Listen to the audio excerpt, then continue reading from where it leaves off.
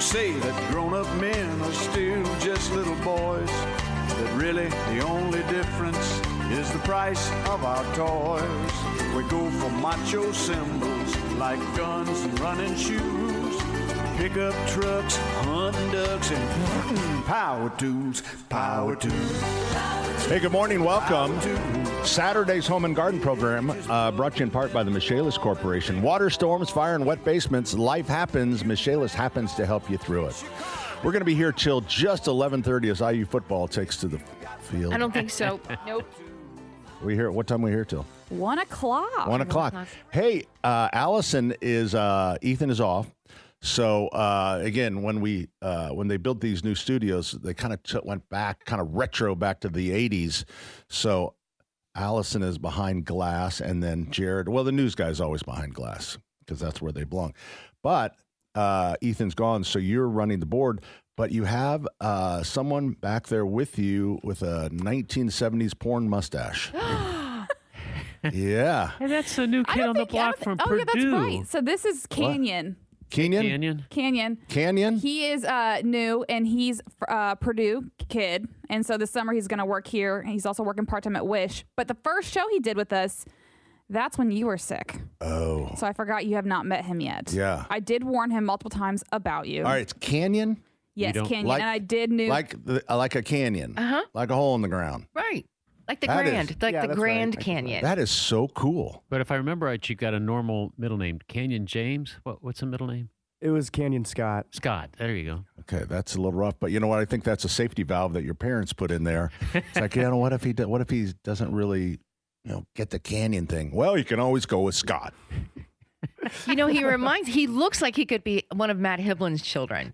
That's what it is. There you go. Because Yes. you looks very much like Matt when Matt first started as a producer. Yeah, that is Great hair, Yep, little mustache. Now he's the got porn mustache, 1970s. I mean, well, listen, look where he is now, right? Yeah, exactly. An assistant program director here at WIBC. Yep. Canyon is already? No. He will be. Oh, by the end of the summer. This is the ladder. Yeah, Soon to be. yeah. So how long have you been here?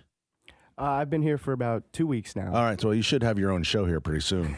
People drop like flies around here. Really should. Any day now. Yeah, I'm having chest pains right now. Be ready. Oh man. one thing's for sure. Nobody's going to do artificial resuscitation to you. They're going to just let you Not go really. on back to God. That really You know hurts what? my I wouldn't know feelings. how, and this is starting to bother me. Do you know how to do CPR? Yes. I had a class because we, Captain Shane. Yeah, with a defibrillator. Yeah, so He'll we do all bought that. a defibrillator from his company for Did you get a all new of one, our or stores. did you get a used one or a new one? We got a used one. Yeah, you can get a refurbished one for like $1,000, and everyone really should have them. We have them at Keystone, Allisonville. I don't know. I think we have them at Penn. I agree. We should have one in here, You don't have one here? especially on the Well, weekends. some of the things you say, we need one in here. Yeah. No, I don't know how to do CPR. I think You know what? I know, Here's but I've what we're never gonna been do. certified. And We're going to have Captain Shane will come in and give us a... That's a great lesson? idea. Yeah. I would love He to would be do that. certified. I would love to have, just so I know. Allison, do you know? I took a babysitting class when I was like 11, Oh, and yeah. I got a certification for that. Yeah, but see, I don't It's all remember. changed Couple now. years. Everything's changed. Yeah, there's no more... There's no mouth-to-mouth stuff. And I Yeah. think It's you all- have it's to all ask permission compressions. for like the victim. I'm almost What? positive you have to ask for permission now because they can sue you if you break their rib or something. Don't they have a good Samaritan law? Look, I'm trying to save your life. If you're unconscious, I don't know that I'd wait for an answer. I think I'd just jump in and start. Hey, I don't know these days. Danny, I don't know. let me ask a question of you. Okay. How many times have I tried to give you the Heimlich when you're jeez. when you're coughing? And sometimes you get a little aggressive, you know? I don't see. That's why. Yeah, what you That's why don't know you- is the last that's why time you should be able to sue The me. last time you gave me the Heimlich maneuver, I farted on you. You know, I was crop dusting you Oh. right there. Yeah. We don't Oh, say the F man. word. Okay, I gassed you.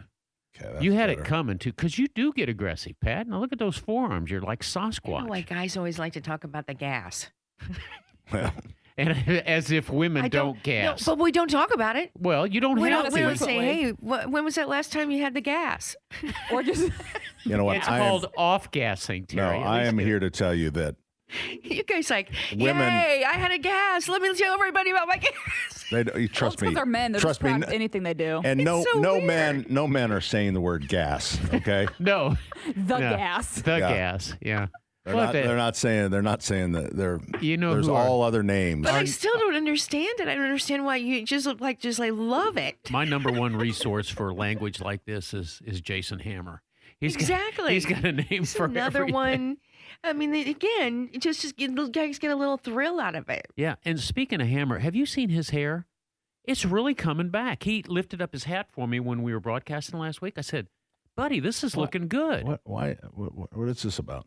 He had the hair thing. Oh, I saw him yesterday. Now everybody's had the hair thing. Well, I oh, haven't. oh, I'm waiting. Wait until it thins out a little bit. Yeah, I want to because they say that you want to make sure that because then you have to go back in to get touched Sure, up. sure. So I'm thinking. well, here, I'm thinking about when I'm 73. Pat, Yeah. here's a Sharpie. You go ahead and touch it up, okay? So where were we? Oh, but you know what? If we ever go to a party, which we really don't like people anymore. I always hang with the women. Way more interesting. Oh, way more right. interesting. I agree. Do you they have the participate? best stories. Did you participate in the conversation? I just take it all in. Women I'll ha- throw in some stuff. I will tell you this: women have friends, and they have multiple friends. Men don't have friends. No. Men, we just don't. No. And I don't know why. Going back to Because you all got the gas. yeah, we got the gas. They're full of it, Terry that's for shoots sure. and scores. Hey, we need a break, buddy. Oh boy. Not yet. Hey, you know what? We have such a great at our store. We have such a great ladies' night. I've told this story before. We have ladies' night, and we get about 500 women that come in, and it's really just a free party for them. It's just kind of a. So then we thought, that works so good. We should do like a guys' night, and we'll call it gadget night. Yeah. Isn't that what Hooters It seems is like all a about? great idea. Seemed like a great idea, and we had like grilling accessories and grill manufacturers and stuff that they could talk to. Strippers? Nobody came. No strippers. Maybe that's the key, or a farting contest. But Farting machine. I am telling you, no, it was a complete flop because the few guys that were there, their wives had brought them. Come on, we're going to Sullivan's. They're having a guys thing. And it's just Wonder like, what that is for. Why that is for you guys? I don't know. It seems like it'd be so SNL. good for you. Well, we had good friends in high school. We had a few good friends Yeah. in college, but after that, we were working. No, Beth goes out with her high school friends every week or two. Yeah. The neighbor girls every week or two. What's Okay. awesome is she's still connected to her high school friends. Yeah, Yeah, All right. that's kind of cool. Pat, who is if you had to name one best friend, who would you name? you. No, you're in trouble. Terry, who would be That's your all I best have. friend? It really, really, really, truly would be David Yeah, see, my best friend is Janie. So because they know yours you is better probably- than Wow. your, anybody. You better say it. She's listening. Yeah, mine obviously would be my wife. Yeah, Beth. yeah, there we go. Well But I played. think that's the truth, But right? but you're a close second. you're in trouble. Oh, it is. It is my best friend because I don't have any. Well, I know I'm a good friend because you ignore my texts. Yep. You don't answer my emails. You won't even answer the frickin' phone when I call you. And if I call you, I'm in desperate need. So I know you're my friend. I only take Fulton's call. There we go. All right, 239-9393. When we come back, we're going to talk to Ann. She's got a rummage sale that she wants to promote. So many today, It's and a- it's the US 40 That's right. From Washington. yard sale. Oh, Remember when we yes. broadcasted doing it? Oh my Remember? gosh, How much that fun was so that? funny. The things that Terry Stacy made me do. Pidge was on vacation. She goes, "Hey, what we're going to do is we're going to get in the car, we're going to broadcast, and we're going to go to rummage sales all morning." Yeah. By the end, I was just sitting in the car. Allison, you would love that, wouldn't you? I would love that. I know Some you of them would. were so shady, like Terry would get out and then I'd lock the doors. We're coming right back. 93 WIB. Listen, we lost a legend, a delightful lady by the name of Linda DiMartino. She had a beautiful voice. She played the piano. She starred at Starlight Musical. She sang and danced and everything. But she was a legend for one reason. Are you ready for this? I know. Yeah, I mean, yes. She was the first female voice when she lived in Connecticut. She was the first female voice for Otis Elevator when they started automating It was Indianapolis's own Linda DiMartino who became the voice of all the elevators all around the world. You mean that would say things like ground floor? Ground floor. That was Linda DiMartino. Oh, no, that's a great job. Isn't that? We really lost somebody special. Well, I thought so. Anyway, Yeah, no. How old was she? In her 40s? She was born in 41. So 41. let's see, So she'd be 9 years, 10 years, 11 years. She was 85, maybe. 85. Yeah. God That's bless her. Wow. I wish Anyway. we would have known of her while she was still alive. I wish so too. I thought it would have been a fun interview. But she had, evidently she was a great piano player of classical music, liked to sing. But when she worked for Otis Elevator, she was. I just the voice. remember as she aged, like taking an elevator, it's like, it's floor 3. No. And her Don't voice do started that. cracking. I don't remember that. She was I at do. Indianapolis. She went to Broad Ripple High School. So, I'm trying to think of the elevators I was in when I would have heard that. Yeah. So it had to be when I was very little, right? And maybe like if Yeah. you went over to downtown in the Oh, yeah. Airs. A lot I of them remember had that, yeah. Airs, fourth floor, toys. But you know women's what? I can lingerie. see her recording. It's like, all right, after the ding, we're going with the 4th floor. Yeah. Okay. yeah. No. You trampled the ding. You were on top of the ding. You too early. No, that's WIBC. If we did it, that's the way it is. But anyway, rest in peace, Linda DiMartino, a legend. That's very right here cool. for- That is a very cool story. It's a great story. All right. Let's see. We have joining us. You know, I still kind of. It's Oh, been so. was it Anne? Yeah, Are you looking Ann. for Ann? How do you do? I just tap it. What do I do again? All right, let me get it up here. No. You Go. teach me, Denny. Okay, under the 1 to the lower right-hand corner, you'll see an A. Click on the A. There you go. Hi, Ann. Welcome to the program. Good morning. Good morning. Good morning. We're having our rummage sale at St. Mark Catholic Church. It's at the corner of 31 in Edgewood, and today is our bag sale. You don't want to miss it. Most of anything that you could fit in a bag would be only $5. Oh. I bet I could get Pat that's Sullivan that's in a bag. amazing. Now, I'd get Pat in a what bag. day? When did the sale start? Well, believe it or not, we started Wednesday evening with an early bird, and then we ran all day Thursday. We've had people that are still dropping donations. Okay, good. So it's possible you could get some good stuff that just rolled yes, in. Fantastic. Yes. Why don't yes. you give us a highlight? What's the coolest thing you have at the rummage sale, do you think? Oh, wow. We have a lot of seasonal items. We have books. We have records. We have bicycles. Records. We even have Records are hot now. cookies. Well, I'm sorry? Yeah, we have cookies. We Oh. have food here. Yeah. You know what? I don't think I would Eat old buy cookies at a rummage sale. Yeah. Are they Oh, new? those are the best they're- cookies. Are they they're new cookies? homemade. Oh, they're not. Yes, they're not donated. Homemade, fresh God. cookies. Oh, I thought maybe they came in one of the bags. Or Oreos from the No, 90s. no. Yeah. No. Okay. We have hardware items. Oh, We have gardening items. very good. Okay. Probably We stuff have stolen everything. from my store. They might be hot. we don't. Some hot, probably Pat, some you're hot too far items. away from. You're too far away from us. We wouldn't go that far to steal. Oh no! Oh, I wasn't talking Ann about. has her standards. I wasn't talking about the St. Mark's people. I was talking about people that steal something and then they get tired of it. Sometimes people steal the wrong size. Well, So they I just don't know. dropped I it can't- off. They go, daggone it! I just stole this 7/16 ratchet or socket. It's the wrong size. I think I'll just take it over to St. Mark's. Write it off on my taxes. So how long does it go today, Ann? When do you shut down? Till 2:00 this afternoon. All right. And it's in our parish life center, so you have to follow the signs. You have to come in door 8, and it's in our new parish life center, Wow. Oh, which boy. is a full-size gym, and it's packed. Oh, this That has is got really to cool. be the All right. best one today. I bet this is the best garage sale or bet yard it sale of is. the day. I think so also. And, of course, it's inside, so you don't have to worry about the sun on your head or anything. Right, Very now- comfortable. So here's the question that the Catholics want to know. Okay. Does this No count? beer. Does Don't this even count as does this obligation? count for mass? No. Oh, come on, Ann. Go out on a limb. Act like you own the place. No. Who's the priest there? Father Eric Johnson. Father Eric? Fantastic priest. How did you get Yes. him? That's like Hey, I Are you can't reveal our secrets. what? That he Is is. he a good one? Oh my gosh! Yes, I he mean, is.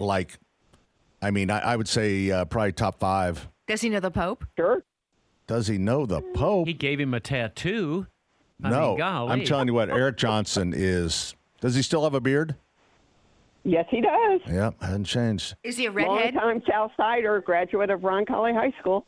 He's a rebel? Huh. We're supposed to say royal now, Pat. Whatever.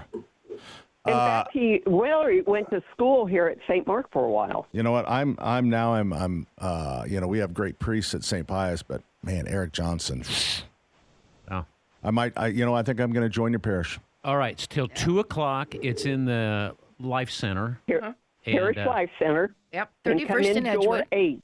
Door 8. Yep, Door and 8. come in door 8. I would expect Terry Stacy to leave the station here at 1 o'clock and be there by 1:30. It's the best day to we be out. would love for Terry to join us. I love it. I really love it. I was And hoping this you is- had. Do you have a dog cage? We had a dog cage. Oh, shoot. Well, I did the US 41 yesterday, the yard sales, and I found a pretty decent dog cage, but they weren't willing to dicker. $25. I I'm know. looking And cheaper. you know where they got it from? From Wednesday night from St. Mark's. And then they took it to there. That's the thing. All this stuff. Are we way over? No, Yeah. okay. It's just, it just goes on, right? Nobody ever uses it. and Terry, we they're- will negotiate with you. We will not let you leave without the item you want. Terry, I they're love not it. called All right. cages, they're called crates. Oh, crates. I need a big one. All right. St. Mark's, tell us where it is again. Edgewood. US 31 and Edgewood Avenue on the south side. Okay. And if you have any young ones, Father Eric Johnson will be there to baptize them. All right. Yep. Wow. Yep. No, but again, nobody's doing that today. I this know. is the See, best you one have ever. to have it's experience retail. You have to have a little something extra. Yeah. So while everyone else is having just a yard sale, Right. now you're getting a great deal and you're getting your babies baptized. You Yeah. can't get that on Amazon. That's right. Thanks, Annie. Thanks, And Ann. okay, bye. No, No, Ann. hang on. No, go ahead. Finish your thought. So we also have a large Burmese community at St. Mark, and they're serving food today, which is so delicious. I thought you were going man. to say you so had a while Burmese you're on python. the south, and so while you're on the south side, then you'll want to go over to St. Jude because they're having their festival tonight. So you could spend your whole day on the south side. Does if you go to the festival, does that count for mass? No, Okay, shoot. Okay. Just checking. She's strict. Yeah. I guess. you can check with Father Eric. You have to get that answer from Father Eric. You know I what might Pat's call him. favorite saying is, he owes me money. That's right. All right, Ann, thanks. Thanks. It's been great visiting with you. Thank you. All right, see you later. All right, I She's guess. terrific. I would She's like great. to. I know it's not my show, but I'd love to hear about more yard sales today. Oh boy, Hey, we got In the we're Weeds bringing the coming up. swap shop back. If anyone Was has a that- dog cage, Well, Crate. and I'm Crate. looking They're for not big cages, they're urns, crates. and the 2 urns for the front door and for David when he passes away, and then also,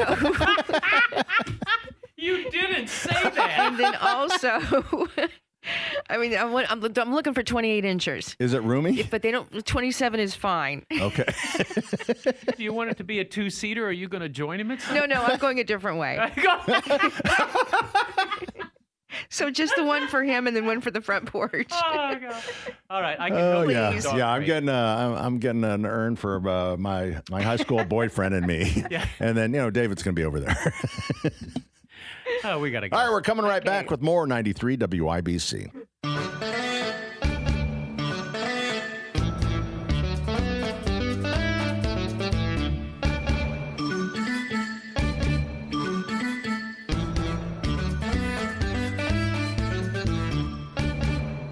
Ladies and gentlemen, boys and girls, the show that is unsponsored and will not go away. It's In the Weeds with Denny Smith. What do you mean it won't go away?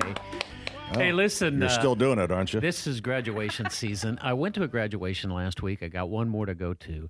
That was your grandson. That was my grandson. But what I realize is the way they communicate is so different. Like it used to be, what's the T?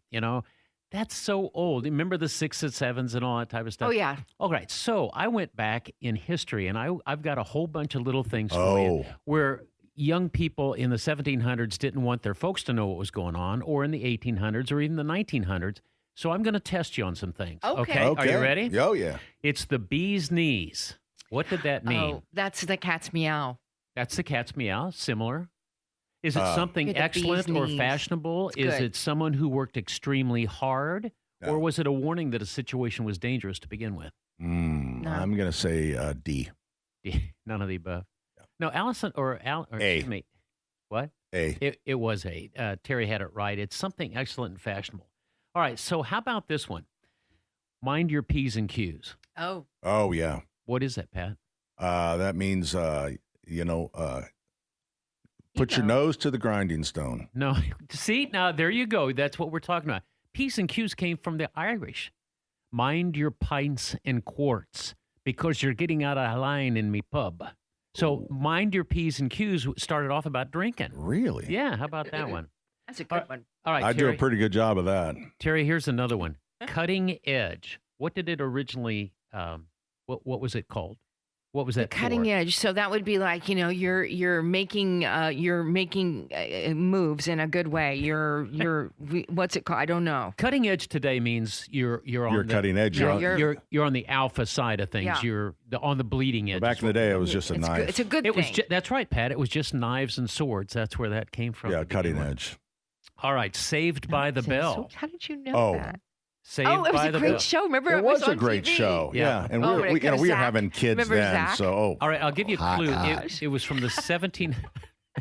You're killing me, Pat. It was from the 1700s and 1800s. But what was Saved by the Bell mean? Was it It for meant, like, saved by the edge of your pants. You were saved. was it for boxing?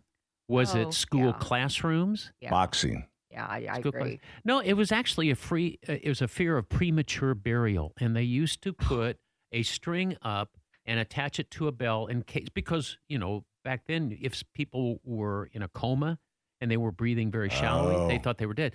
So they'd put a bell in there and right by their hand so they could ding the bell and they could ding the body back up, and it happened all the time. Oh, I wow. Saved by the love Bell that was for idea. burial. Safe by the. Yeah. Wouldn't you like to have that?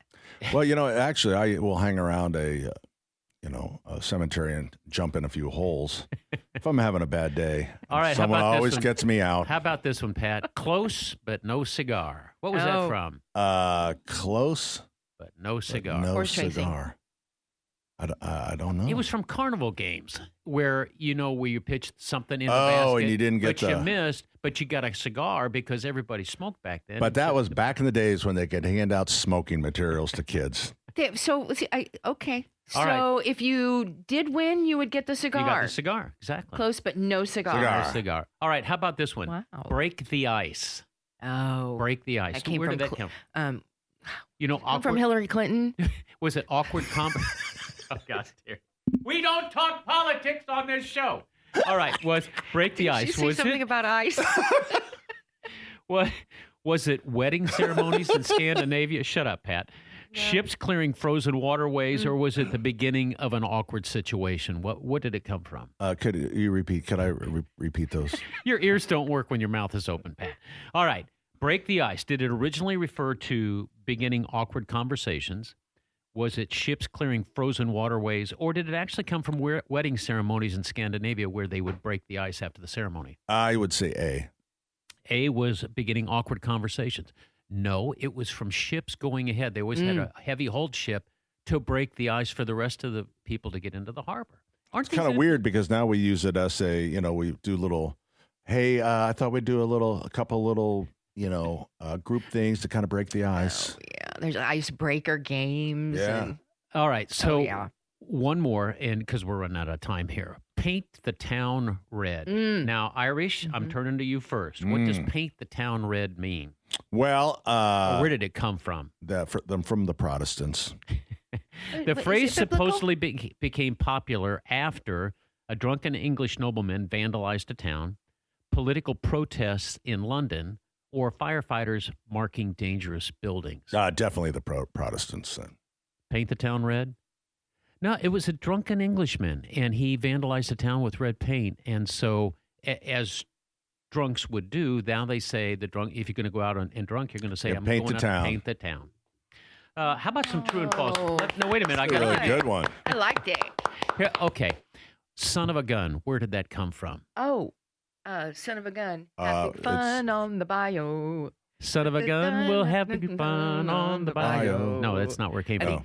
Son of a gun. Okay, here's the story. If a woman had a baby or gave birth on a ship, and she couldn't tell who the father was, she was known to be son. The baby was known to be son of the gun, because there's always guns on the ship, and that's where that came from. That's a stupid one. I don't like that one either. You don't like that one? I would come up with something different. Okay, Pat. Somebody did. Pat, you tell me this one all the time. Where did pipe down come from?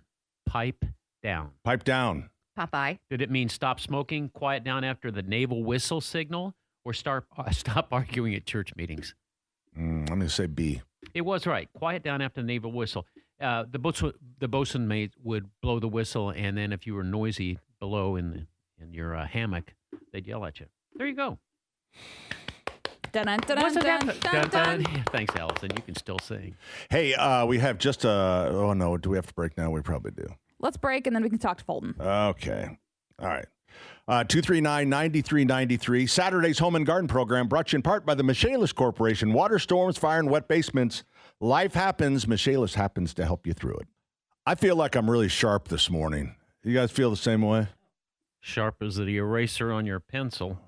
Man. Hey, Monsignor Shadle just wrote, and he says, I must be getting old. I knew every expression from In the Weeds.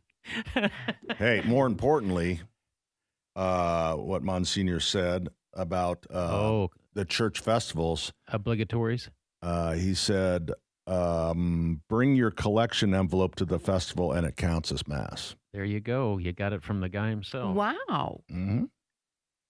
That's so... I love that religion. Yeah. But then you got to go to confession and pay the toll. Oh, to pay the toll. Yeah. All right. What do we have? We've got Fulton and Steve. Well, I think since Steve called in first, we'll take Steve, and then we'll take Fulton. Okay. Hi, Steve. Hi, Pat. Hey, I just want to say that my daughter and son-in-law and a couple of their friends really had a great time riding in the Sullivan Express last Saturday. Oh, that's nice. Lucas Oil 500 Festival Parade. So just really thank you for that. That was really a great experience for them. And Allison, by the way, we are on Monday. It's 5 months until you can get online and buy tickets for the Sullivan Express at sullivanexpress.com. Wow. I'm counting down the minutes. There you go. Now, Steve, you had a busy weekend working. Are you taking some days off now and enjoying yourself? I have been taking some time to do things around the house, and that's why I'm calling is we're doing a renovation of our bathroom. Obviously, I'm not doing it. We have somebody coming in, and I have a question for Denny about the blue and red pipe that's already installed, and they need to extend some of it and divert some of that. And my real question is, I've got a diverter that's already on there that was for the old shower, but there's pipes that go up to the top. How will they go about adding pipe and redirecting that pipe, Denny? You know, it depends on if they have the right bit to get through the upper plate or the lower plate. And what they do is they send up, just like an electrician would send a fish tape up, they can use magnets and strings to begin with to get it up to the chaseways and the areas. But plumbers are pretty much becoming electricians. And, I've had on good authority that Jesus would have been a plumber, but they didn't have plumbing back then, so he went into carpentry.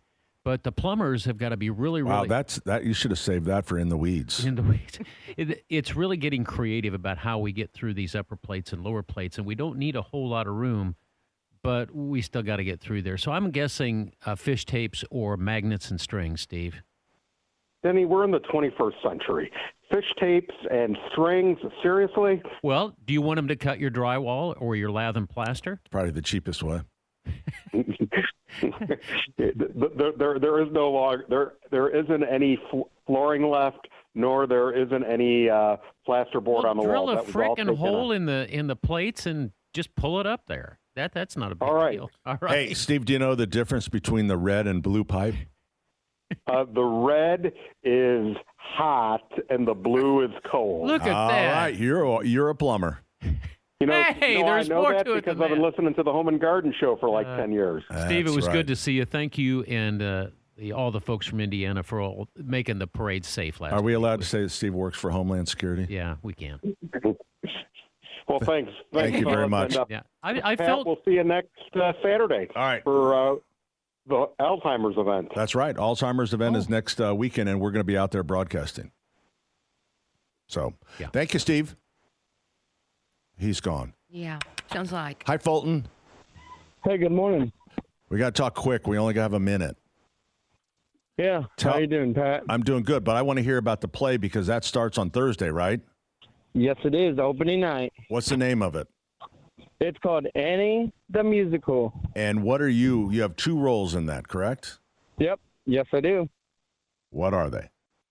It is and Jimmy Johnson radio's only mask announcer for NBC's radio. Oh, he's got a radio And voice. There's a dog back there from the assistant dog catcher. Assistant dog catcher. There you go. All right. Tickets. Where do you get tickets? Real quick. 10 seconds. You get tickets on the website on addictator.com, or if you want to get tickets, the doors open at 6:30.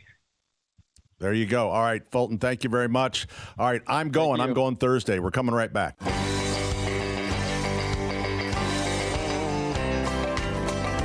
Well, some folks say that grown-up men are still just little boys. That really the only difference is the price of our toys.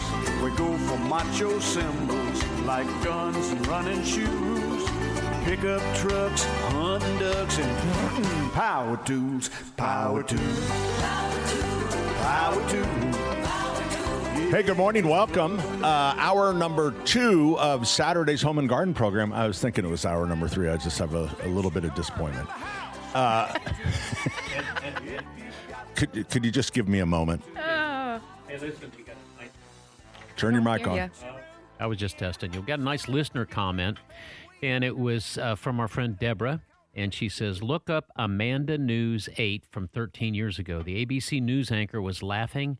She had a laughing attack on air over CPR baby. Remember we were talking about CPR? Oh, yeah. I would like to learn CPR. She says a 12-month-old baby girl performs CPR on a dummy. And if she can do it, so can we. And she says, P.S., my dad always said, here, pull my finger. So thanks, Deborah. That was a conversation we were having in hour 1. Yeah, in hour 1. Everybody's certified here but me. And I'd like to know now that But I will it could tell happen you at any moment to any one of you in this room, including me. But I need to do it again because 1, as a refresher, and 2, they've changed some stuff with the breathing and stuff. Right. Different song now. Different I song. was certified when I was 11 years old, so I could probably use a brush up as well. Yeah, I think right here in the pit, in Okay. the studio. Perfect. So what's the new song? It was always Staying Alive. It's a different song, isn't Not it the now? Bee Gees? It's a different. Is it a different song now? That No, you're supposed it's to do it too. Feelings. Right, slower. Nothing more than feelings. Well, I know this much. You don't have to lock lips anymore. Trying to forget My feelings of love. Enough. Teardrops Gee whiz. falling down on. in my face. Okay. Anyway, Wow. I think I'm out. I don't think I know the words anymore. We used to. I think that was it. Yeah. Yeah. Okay. Let's talk about ants. Mm-hmm. They are in full force again this year. Yep. And the only thing that I could do to get them away from my kitchen, they came into the kitchen, is to use Dawn detergent, Dawn dishwashing detergent. You thought they And were I dirty? sealed all around the window pane, all around through there, all in, around the sink where I thought they were coming up from behind, and they're gone today. Really? Gone. What a life hack. Dawn dishwashing detergent. must I have read really- it. You know, I really tried the clean dryer feet. sheets. I tried everything because Why I want to wouldn't remove them humanely. Okay, so let me, from a different angle, why wouldn't you just get like a taro ant trap? Not necessary when you've got Dawn. So They're- you think your Dawn just made him go away happily? They're gone. No. And they're clean. And they're blind. And they're And clinging they're feet. clean. And they're blind. Now, then after that problem From the was dawn, solved, that dawn is some sort of a chemical. it is. So, but so look, you're clean saying dirty you ducks. won't they use. just don't like the smell. You won't. No. No, It causes Terry, no. blindness. Terry, don't go from intelligent to stupid. You can't go that quick. You got to To slow ants. Okay, here's the other problem. After that problem, I had this problem. I'd like for you to all hear. down. Oh boy. Oh, I just took a picture of it. Wait a minute. These are bees. Sounds like you live by the racetrack. Yeah, either that or you got a lot of cat mint in the kitchen. All of a sudden, look at all of these bees. They just arrived yesterday Where are they at your house? at the house, Let me and see. they're on the house now. And I think that they're going into the house. That's a they're swarm? through something. Terry, Oh my gosh. You got to get a beekeeper, girl, because they're I going to think go we open the do. soffit. I just wondered if they could. I want them to be happy. You know, All I right. don't want to kill So them. for I you think they're- beekeepers out there, it's Terry, Terri, at WIBC.com. I think Give her a we've got hand. a couple Can of you bee tell people. if they're honeybees? I don't know what kind Can't- of a hard bee. to We didn't tell. get that close. Are they still swarming? They were swarming. They swarmed, and then last night they all went to sleep. Their So I don't GPS know if they're obviously back. brought them to the wrong place. That's what I thought. No, they know they're safe. She won't kill anything. That's she won't, true. We I don't want to mean- kill honeybees anyway because they're pollinators, but she's going to need to get a beekeeper to find the on the side of queen, the grab house. the queen. Yeah. I don't know that I've ever seen such a thing. You've never Can we- seen a swarm? No, can we put that on our Facebook page? If you want to, I don't know that anybody would be interested in it, I but think I they just wondered would. how many Sure they people would. have had a bee problem, and I want them removed safely. I don't want to hurt them. Did you hear about all those bees that were just killed? Thousands and thousands of colonies out in California fire, Oh, really? and it's going to take 2 years to rebuild those bees' lives. Well, Wow. I guess they're but dead. So maybe to They're- get but they a. lifted up all the hives, all the the hives, and they were Honeycombs. all gone and Oh, dead. shoot. Well, they'll be okay. We'll get some new ones. I hope so. Anyway, I don't want to hurt these bees. They're in a crisis mode right now. I follow right. a lady on Instagram, and that's all she does is she goes to homes and she removes these giant Does she really? honeycombs from houses. Oh. She's like in the southern area. I But wonder if they're it's in between. So if fascinating. they've gotten, because I don't see anything They will except go where up they're the going in. They will go up any little crack. As long as the queen gets up there, the worker bees are going to. You need to Take get care your of it. puffer out. Oh my! Get your puffer out. from my fireplace. No, you puffer with Dawn Oh, powder in there, and it calms them down. It's calming powder, No. right? What is it called then? It's smoke. It's smoke. it's It's smoke. Okay, Do you so have to the tear powder the wouldn't house? be good. Would they have to tear part of the wall away of the side of the house?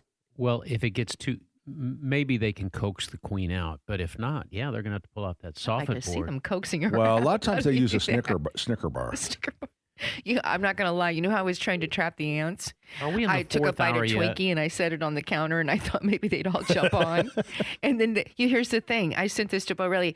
None of them would touch the Twinkie, Yeah, Yeah, what because should they that know. tell you? which makes you a little curious, doesn't it? Uh-huh. If the ants aren't going to eat the Twinkie. Twinkie, do you guys know what's in that?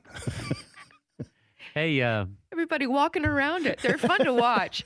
They did. Everybody was they were, Yeah. they all walk in a line, and they would all just like sniff, and then they'd all walk around. They went right for the Twinkie. carrot. hey, when we come back, I've got a question about seeding and mulching. Jane and I put down some grass seed where we tore down the old grow dome, and I need. Wait, to you get got me rid some- of the grow dome? Yeah, the structural members. I had sprayed foam on the north side to control the heat because in the wintertime you have to heat it to save the plants. I mean, you took it down. Took it down. I had to I because thought it, you loved Oh, it. I thought you did I did, too. but structurally it was not safe because the foam that we sprayed it with started to hold moisture in some of the structural members, and Oh. it started to creak and crack. And I saw some things falling down. I'm thinking, I don't want to be in here. I don't want anybody. I mean, the dogs train in there. Oh, shoot. I know. So anyway, we tore it down, but now we've got Should have this great followed big- the instructions. When we come back, I'm going to ask you some questions about seeding. Okay, my brother? Okay, I'm just still, give me a moment. I know. That's what the police said. The police were training this week. We had somebody from Lake County this week, Oh, all the way down from Lake County to train at the barn. And we're still going to do the Olympics in August. I will keep you all posted. You can come out and see how they train and how they find all the criminals. wait, bad guys. like dog Olympics? Dog Olympics. Okay. Canine. Well, the trainer and they're a team. But yeah, it's going to be in August. It's going to be right here in Central Indiana. Be in Zionsville and at Denny's Farm. Wow. Yeah, how about that? You know what you should do is We you should need to broadcast from plant that. some. We should. We should broadcast. Yeah, open up from your the wallet. We've been Dogland. Pay trying the to get man. up there to see you. We've been trying to broadcast from your home for years. For We can years. do that. Of course, I wanted to see the Grow Dome. Now that's gone. That's Yeah. good. Gyrocopter. You still got that? Got that? Still got the gyrocopter. Yeah, I had to Well, get rid of I- that too. I'd take it Actually, apart. I traded it in. The new one is on a boat, and it's in the Mediterranean. Oh, you don't have your new one yet? Not yet. You're He had getting a new another one about one? a year ago, and Yeah. now he's got Wait a minute. Is this another one. new one? Yes. It's a blue one. It's Oh, enclosed. you didn't like the color. No, I mean, that's you The talk problem- about the Real world talk product. about tell the you what. wealthy. when we come back, I will tell you the story. You know, the red one. Our house is kind of a brownish tone, God. and if I die, the gyrocopter just really Pat, if I go clashed down, with it. promise me you won't bring me back. So Jane and I said, you know what? We really need to get a blue one. Well, the blue makes his eyes pop. You're listening to the Home and Garden Show right here on 93 WIBC. So I'm reaching out to my master gardener instructor, Pat Sullivan. There's a lot of master gardeners out there. Hey, in welcome Hamilton back. County. Saturday's Home and Garden Pat program. Sullivan probably knows more about gardening. That's planting, twice. Well, that's because you're not paying attention. I was paying perfect attention. No, you I was weren't. letting our All right, so listeners help me out enjoy here.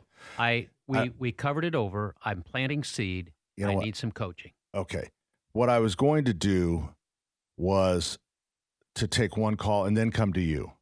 Is that okay? Because you jumped in front of some of these other people, and Alvira has a solution for the ants. Oh, fantastic. Hi. Alvira? Oh, hi. Yes. Hi. Yes, I have a remedy for the ants. Mixing baking soda and powdered sugar. Oh. And just put it in a lid, off of a jar and set it around. Okay. And it's harmless to dogs or humans. And they go for the sugar, but the soda, baking soda, is what kills them. Oh my gosh, is that right? So a little mixture of baking soda and powdered sugar. Yeah, I just set it around in a lid. And then also somebody told me about borax. That's And, right. so That's just what I was this- going to say, Alveria. We used to use Yeah. borax because it was boric Yeah. acid, harmless to humans, Yeah. harmless to pets, but mix that Yeah. with sugar and that'll get them too. Alvira, do they swarm it like when you put it out when you have an infestation? No. I just later, I'll see them taking their trail Okay. towards it, and sometimes they'll stay in that dish for a long time, Sure. and you can also see the trails through it, when they're not even there. So yeah, it works pretty good. All right. Thank you, That's a Alvera, good for one. your good solution. Thank you. Sure. Okay. Thanks. Bye. Thanks for the call. That's a really good idea. Up next, we have Denny joining us on the program. Hi, Denny. Hey, Pat, longtime listener, first-time caller. I have a huge area of flat ground that I've raked out. I've planted the seed, and it got washed out by this toad strangler rain we had up in Hamilton Yeah, County I'm this sorry to week. hear that, Den. Yeah, so we've re-raked it out. We bought a couple more bales of the shredded straw that you sell that some has a chemical of some sort. That's right, Den. All right, we've seeded it and we put that down. Now, tell me what happens from here. Well, the key here when you're trying to get seed to germinate, did you use a slice seeder, caller? No, no, Mr. Sullivan. All I did was rake it. It's just flat dirt, So you raked it, you put your seed down, and then raked it again. so raked it in. Did you press your seed bed together with a half-filled roller, or did you just kind of walk on it? I put big shoes on Jane, and she just walked on it. We got the clown shoes on, Jane. Yeah, that's right. All right, you pat that down because you press the seed bed together. That's right. You got your fertilizer in there. You have something to hold the moisture. So what you'll want to do, like when we talk about watering our established lawn, we want to water deep. We want to water deep for a long period of time. In your case, because I was just we're gonna trying say, to. you always told me something different. All right, so what's So the when you're difference? trying to germinate, we want to water lightly multiple times a day. Got it. So in temperature like this, I would probably morning, noon, and night. Okay. 3 times a day. Lots of sun right now. Yep, and all you have to do is just keep it damp. Don't make All it. right. You had bales of straw that were outside in the parking lot, and then That's you had right. inside you had something with some sort of chemical or additive to the straw, and I couldn't figure out what that was. Was that binding the straw to itself? Is it glue? What is it? The key is that it's ground up straw. Yes. So that when you rake it up, you don't even have to rake it up. It'll mulch out. Yeah, but straw, the problem is you go to rake it up and it pulls the new seedlings with it. So I'm unfamiliar with the chemical that's in it. Maybe just to prevent weed is what You think that's what it is? I would guess, yeah. Well, anyway, and congratulations on that Black Beauty. I read the directions and the white paper on Black Beauty. They said those roots will go 6 inches deep on the Jonathan Green seeds. I've never heard of grass seed going that deep. You are the biggest nerd I've ever known. Don't you ever read the stuff? Oh, you read a white paper on a bag of grass seed. Yes, sir. Denny, you need to go look in the mirror. What's the matter? I shave. I don't have to look in the mirror. I know what I look like. There's nerds, and then there's like... Don't you want to understand why things work? Don't you have any curiosity? Grass seed, Dan. Okay. Don't you have any scientific... Why does this one only go down 1 inch and Black Beauties or whatever that is goes down 6 inches? Doesn't that spur in any curiosity? No, not really. Thank you. I just take it for granted. Thank you, caller. Hey, thanks, Pat, and tell Denny he's the greatest. Man, I'm glad to. Hey, you don't read. You tell me to read the directions. Control room. If that guy calls again, just put him on hold. I think I may send a wellness check over for his wife. Right. Yeah. Poor thing. She's still in the clown shoes. She liked that job. She's home printing out white papers for this afternoon's session. Just talk to your wife. What's Jane doing? Oh, printing white papers for Denny to read. I think Jane's at a Little League ball game today. So. Oh, very nice. 239-9393. You guys ready to? Oh, do we have to take a break? Don't we? Well, that's all right. Get him now, and then we got to put him on a short leash anyway. Wait. Allison's nodding her head. She's going. Might as well. Whatever you want. I'd like that. All right. Jeff joins us on the program. What? I thought you were going to take the other one. Okay. Hi, Jeff. How are you? Hi, Jeff. Hey, good morning, you wonderful people. Denny, I wanted to stand up for you a second ago. Our wonderful caller, Steve, friend of the show, love the guy. He was kind of heckling you about, well, it's 2026. Why are we still using strings and all that? Well, let me just tell you something on your behalf, Denny. I've seen it go. I'm not a plumber, but I plumb my share. I'm an excavator, but I've seen pipe go from lead to galvanized to K-copper to poly, and now it's to PEX. Right. So I would say they've come 1,000% ahead. Now, I don't dig many footers, but guess what? I still use a string when I do my footers, a string line. I think they use that to build the pyramids. So, there's some of the old stuff you can't take away. And God bless Steve, and I'm just heckling him. He was just messing. Yeah, Pat and he are friends, and they're heckling me. I know. I knew that. That's what I said, friend of the show. But, some of the old school stuff, man, I learn a lot from the older people that I know. So I just wanted to give you props. And thanks a lot, Jeff. There you go. Tell you that everything's cool. Hey, See you, Jeff, man. wait a minute. Yes, Jeff, sir. did you know that that Denny took down the dome? No, I did. I was shocked about that. That was his pride and joy. You mean Denny excavating? No, no, but the guy came in with an excavator with a claw. Hey, actually, you know what? That was fun to watch. He's got a gyroplane that's the wrong color. He's going to bury it. No. So if you could dig a hole for that, we're going to throw it in here's and the cover story. I had a beautiful gyroplane. It was open air. And so that makes it about a 4-month machine because once you get 1,000 feet above the ground, you start to get cold. And in the wintertime, I couldn't fly. So a buddy told me about this new enclosed Magni gyro from Italy. And it was it didn't cost me much to swap out. So it's on a boat coming from Italy now. And I'll be enclosed and I can fly 11 Are you tracking the ship? Yes, you bet I am. You taught me how to do that. Yeah, where is it? It's called the MC Everest. It's in Spain right now. Okay. Very good. You taught me how to do that, Pat. I know. Thank you. Thanks, Jeff. Thanks, Jeff. So do you still track ships when they're coming over from China and everything? If we're needing it, yeah. Yeah. Whether it's a lot of times it's Christmas trees. Most times it's animation for the train. I would bet, and I don't think this is an exaggeration, I bet there is 500,000 ships in the Pacific and 500,000 ships in the Atlantic. There's ships everywhere. I've never seen. Yeah, it can't be that many, though. Do you think? My gosh. I'm looking at all these little triangles, and I'm thinking, You couldn't count them. There's at least 10,000 in the Mediterranean. I'll tell you. It's so cool you can watch it live. And I was trying to get this. It was going into New York, and it was animation, and we needed it so badly. The train, we were getting ready to start our Christmas train, and I was laying in bed, and I checked on it, and there it is. It's moving into the dock. It's like, oh, yes, dear Lord. Thank you. And then we go into New Orleans, Nolo, and what happened is the STROC, that's the most powerful union, is down in New Orleans, and they were striking the day before the ship came in, so they diverted it to Mexico, brought it up to Texas, and then finally got Don't back. get me started on the container. God. Anyway. 239-9393, coming right back, 93 WIBC. Hey, good morning. Welcome back. Pat Sullivan, along with Denny Smith, Terry Stacy, Allison Lemons, and Canyon. Canyon Scott. It's a person, not a place. Scott Canyon. I wonder if there's a Scott Canyon someplace. I'm sure there is. Maybe that's where his parents first kissed, and they wanted to remember the moment. My name is Canyon. You can call me Can. Or Can.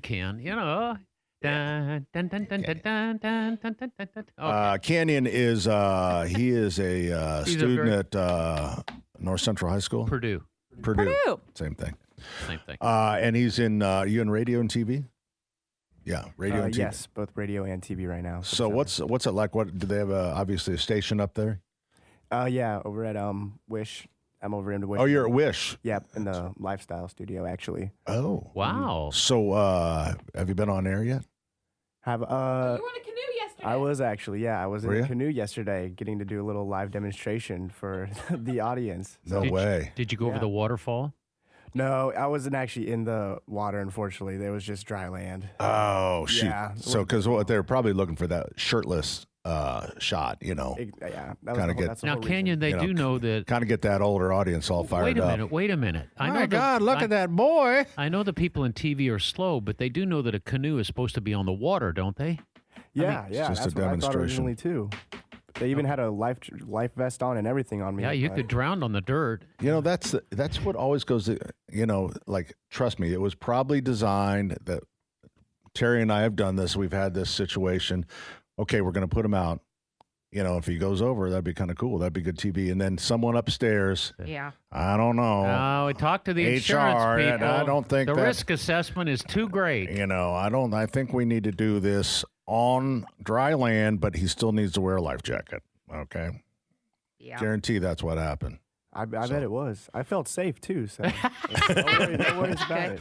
Were you wearing the life preserver? Yes, You they did. dumb have me wear butt. it. We're gonna throw you off the show. You gotta check your brains at the door. 239-9393. Jan joins us on the program. Hi, Jan. Hi, how are you? We're doing pretty good. I have a good one Okay. for ants. I had Okay. an exterminator. I sold the house, but I had a lot of ants in my kitchen. I had teenagers that left food out late at night. But you get a box of salt, and you lay lines where they're coming from in the house and also around the corner of the house, and they never came back. Oh, Really? That's awesome. No, I don't know why it works because I sold the house and I didn't get to ask him. We've That got is crazy. We've got a lady that joins us from Franklin Pest Solutions, and next time she calls, and next time we talk to her, which will be in a couple of weeks, Yeah. we're going to ask her about Ask these her about ant that. things. Yeah. Well, Yeah. thank you. That's It really did work. I They appreciate never that. came back for Okay. like 2 years. Oh, awesome. I wonder Yeah. if I could try that with Sullivan. If I put with my salt across the if you put doorway. if we put lines of salt with my relatives, they would just snort it I up. knew that was And it's coming. like- I knew And it. it's like, I could feel it. yeah.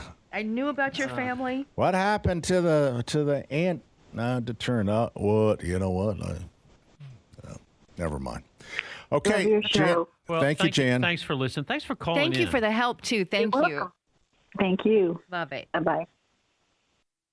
Okay, there we go. So, see, people have all kinds of great ways of getting rid of things they don't want. They find ways. And you know why? Internet. The internet. Internet. It's so much showing stuff us on the internet. all It's such of a the it is. things. The internet is probably the biggest source for bad information. It is, but there's every once in a while, like 1 in 1,000 times, you'll come across something. It really works. It took me 6 months to get off Facebook a few years ago, and I finally got my belly full of Instagram, and I'm going off Instagram. Their algorithm is so thorough. They probably know my shoe size. They probably know my eye prescription. And then the political stuff starts up by people just going nuts over this, that, and the other. I've had enough. And the internet is a blessing because that's where I do my research, of course. But it drives me crazy how much they know about me. I hate it. So I'm off Instagram, and I don't know if I'm going back.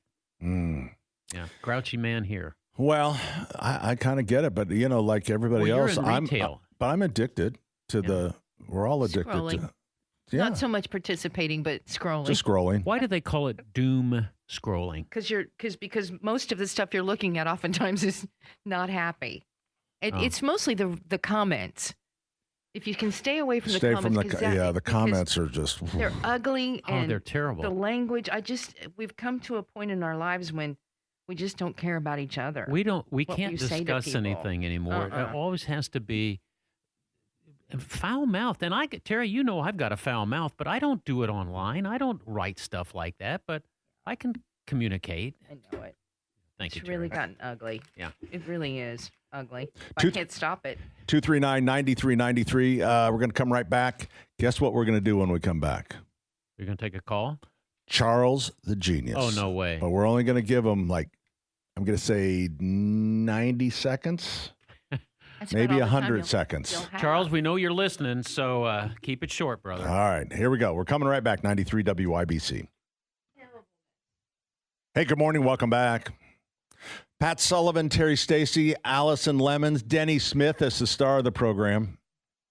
Let's hear it for the star. Don't forget my buddy Canyon Scott, all the way from Purdue, interning at Wish TV and WIBC. But you promised Charles the Genius that you're going to. Good evening. Good evening. Canyon Scott News. It's such a powerful journalistic name. I heard. I heard Canyon Scott. He said the tall guy did it. I believe him. He's Willard's little boy. Willard Scott. I haven't heard that name forever. Is he still alive? I don't know. I think he's still eating the jelly. You said you're going to take Charles the Genius. Well, you know what? I got to get Fulton in real quick because I owed him another 60 seconds. Hey, Fulton. Fulton's probably talking to somebody over at WFBQ. Probably. It's Fulton. How you doing, Pat? Hey, Fulton. All right. Hey, I know I didn't tell you the news yet. All right. Give me the news. I have an interview on Tuesday morning in the morning on Zoom call with the Toho News. No way. Oh, my gosh. That's cool. What about? What will you talk about? About my Special Olympics story of how I got into involved with them over 16 years. Wow. That's you were just so a baby. Great. Yeah, just a baby. That's awesome. I mean, a spotlight on you on television. Beautiful. Beautiful thing. Yeah. So, Fulton, when you compete in Special Olympics, I know that, because I know you only wear red and black. What color are the uniforms for your team? Well, our uniforms are green and black.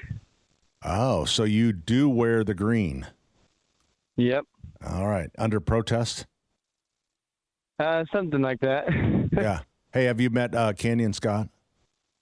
No, I haven't. Hi, Scott. You call him Canyon. Canyon. Isn't that a cool name? Yeah, it sure is. Hey, what up, Fulton? How you doing, Canyon? Good. Always good to hear from you on the show, man. Yeah, I appreciate it. Doesn't he have a great voice? He seems really cool. I'm going to ask him if we can hang out after the show. Yeah, that'd be great. Yeah, and I got some news for you, Pat. Okay, quick. I talked to the people for Lights Over Moose Lake, and you're welcome to come to the to do the show at Lights Over Moose Lake on Saturday, July 4th. Oh. We'll have to look at our schedule and see what we're doing, okay? Okay. All right. I'll see you maybe later this week during your play at the Attic Theater, which is at the White River Christian Church. Tickets, you just Google Attic Theater in Indiana, and you'll find that. I went to one of, and this is a professionally done play from the community theater. So the play is Annie. So I think we're going to try to take a couple of our grandkids. All right. I feel like I'm doing all the work here. We're letting you talk. We're just letting you have some time. You turned your back to me. I don't know what that meant. Getting ready for the craft. We're going to make Nito. Okay. Oh. Is Nito still a thing? Oh, my gosh. It is. Don't even say the words. I know. I don't. What's the holdup in the production? Is that the problem? Is there a holdup in production? Yeah, the 60-year-old kids overseas that can't seem to get it together. Well, I mean, come on. There's a list. There's a long line of people waiting for So Nito, I think what they're doing which is now, really Play-Doh in a cube. So I think what they're doing now is they're getting you can put in one big order, and then it's going to ship. They want to get caught up, and then it's going to ship in September. I have a feeling what they're going to do is try to really gin up the demand during the summer right before school to a starts. Frenzy. Yep. A Nito frenzy. You ready, Denny? Yeah, I'm born ready. All right, here we go. Charles the Genius joins us on the program. You got me on air just since I can't talk that fast. Can you put me on hold? Let's go. Oh, can you put me on hold? I can't talk that fast. I had some stuff to tell you, but You got 2 minutes. You're wasting your time. Oh, well, then I'll take a deep breath. Anyway, God bless all of you. It's hard to believe where all you were at last week, this time last week. I know. And everything. And to the modern day Abbott and Costello, and to Terry, the most beautiful woman in all of radio land, of course, and Allison, mistress of all media. A couple of important birthday deals. I'm taking a deep breath here. For Tuesday of this week, John Wayne would have been 119 years old. Wow. And here's the scary one. Tomorrow, that man among men, Clint Eastwood, turns 95. I still wouldn't want to get in a fight with him. And before I forget about it, too, next Wednesday, June the 3rd, 1966, do you remember what happened? It's on the tip of my tongue. No. Billy Joe McAllister jumped off the Tallahatchie Bridge. Oh, that's right. Hey, one more thing, too. Marion, Indiana, you guys have been doing historical deals. If you want to see somebody who was a serious actor before he turned comedy, Walt Disney in the late 50s put a mini-series together called Francis Marion, The Swamp Fox. And Leslie Nielsen actually playing serious, and it's some action, and you'd be surprised how, for Disney stuff, how much shooting and killing takes place in a tastefully done. One more thing for your commercials. On your commercial, you got a young couple that sits there on that couch and the guy gets a drink and whatever. I kept thinking, why does that woman look so familiar? She's also plays the mom in a Goodwill commercial. Well, and the guy, I saw him on a lottery commercial. But that's, hey, we got to go. We got to go, Charles. It is great talking to you, man. God bless. All right, we'll see you. We're coming right back, 93 WIBC.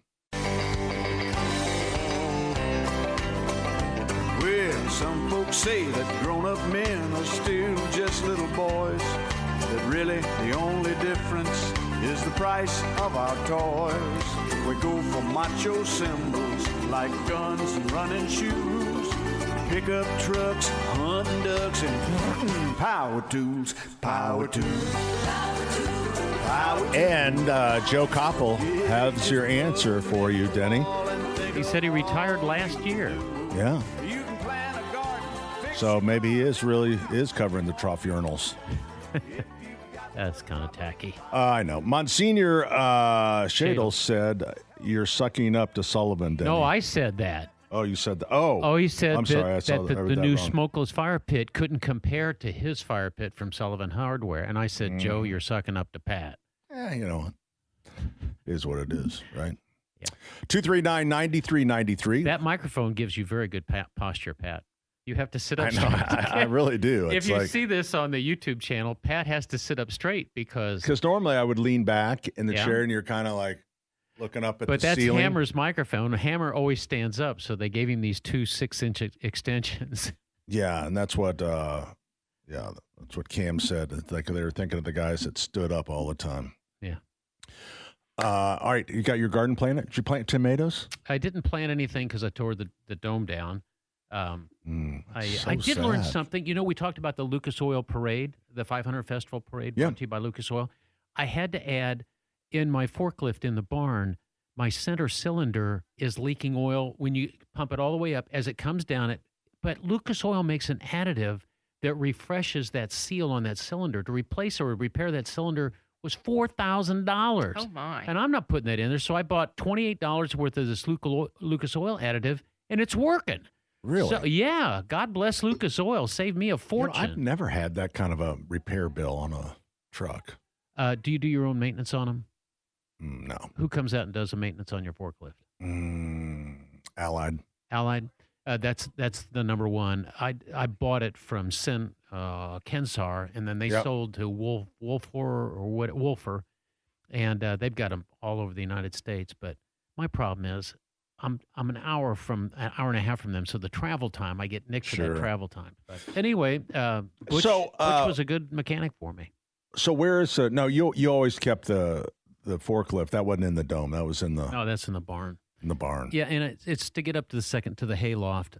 So you need a quad mast. You know, you have a double mast. How high do you have to go? When you lift up, do you see 1 section, 2 sections, 3 sections, 4 sections? I don't know. I never looked. I needed a quad mast, and so I got this thing used. It's a Toyota, great little machine, but I wasn't about to break down that cylinder and replace that seal. And God bless Lucas You know how Oil. you get up higher with a shorter? Just stack up pallets. Oh, I'm not doing that. I used to put your pallet and you 6. Terry, how tall is your quad mast? Yeah, 7.5 feet. Wow. Are you making fun of me, Allison? No, that's yes, just you girl are. talk Just that trying Terry to- and I like to do too. Canyon, take over that microphone. So, He's and making this is fun. why we talked earlier in hour number 1 when I said if we go to a party, I hang out with the women because they're so much more interesting. Because that's exactly the talk the guys talk. They'll be talking about their quad mass. You know, I had a guy friend one time say his best friend in the whole world, he never knew his last name. And they still sometimes don't talk. Is that right? Wow. Yeah, you just go to the golf course, you golf, and say, what do you guys talk about, man? I got a text Let's do message. it. You know, we were saying that men always talk about gas and Yes. off gassing. Yes. I just got a text message about somebody. Did you hear JMV talking about armpit farting? Remember when you? Oh yeah, that was the best. Yeah. Well, see, it's not just me. The listeners remember JMV talking about armpit fart. Allison, have you ever armpit farted? I use more my hand. You're The hand to the mouth. Oh, this It's one? a little more. There we go. Oh, here now Here this we is go. where it falls apart. the here. beginning of the end, Yeah. right there. I just don't. So know you guys, that- it's kind of weird. You guys were on like what 30 some years. What I mean, what happened? Oh, the It was fart noises with the fart hands. noises, That's was where it. it started. Then he put his hand under his armpit and it just Yeah, went. that was. No, as JMV. Which, by the way, we haven't heard from him this week. He might be he's recovering from last weekend. He was all. Oh, remember, boy. he's the race last weekend. yeah. He's just He camped just getting out back. there. He did not sleep at all. That No, he- night between Saturday night and Sunday into Sunday, never slept. Yeah, Did the show. He was come out afraid he there. was going to oversleep. So JMV on Saturday did the whole. Well, he did carb day, right? And then he had a whole day at the track Saturday. He did his house party live music show for B105 Saturday Right. night. He decided to stay up because he didn't want to fall asleep. And then at 6 a.m., he did the opening track report stuff with Tony Katz. So Wow. I imagine he's still in a coma right now. But it's pretty Would you say those two are the odd couple? Tony comes in with a sport coat, everything from an ascot to a pocket napkin, and then JMV comes in looking like an old maid or an unmade bed, Oh, I don't know, man. definitely He yin and is- yang. They Yeah. really You are. know. But you know what? Guess what? The race unites them. Oh. That's the magic That's of the IMS. That's their common thread. It brings people Brings together. people together. It was such a great day out there. Oh my Oh, gosh. you got. it's Let's so talk about Lucky. this just Did a everyone minute. get with that weather? Terry, weather you was got just you perfect. got thrown Yeah. out of the VIP tent. What did you do? Every year I get thrown out for something, and this time it was going after Kurt Signetti. Did you get him? Got him. And And then as I was talking to him, just in 35 seconds, here came somebody screaming, "Get out." wow. It doesn't even affect me anymore. Yeah, You know, I it will doesn't- say. Who was it?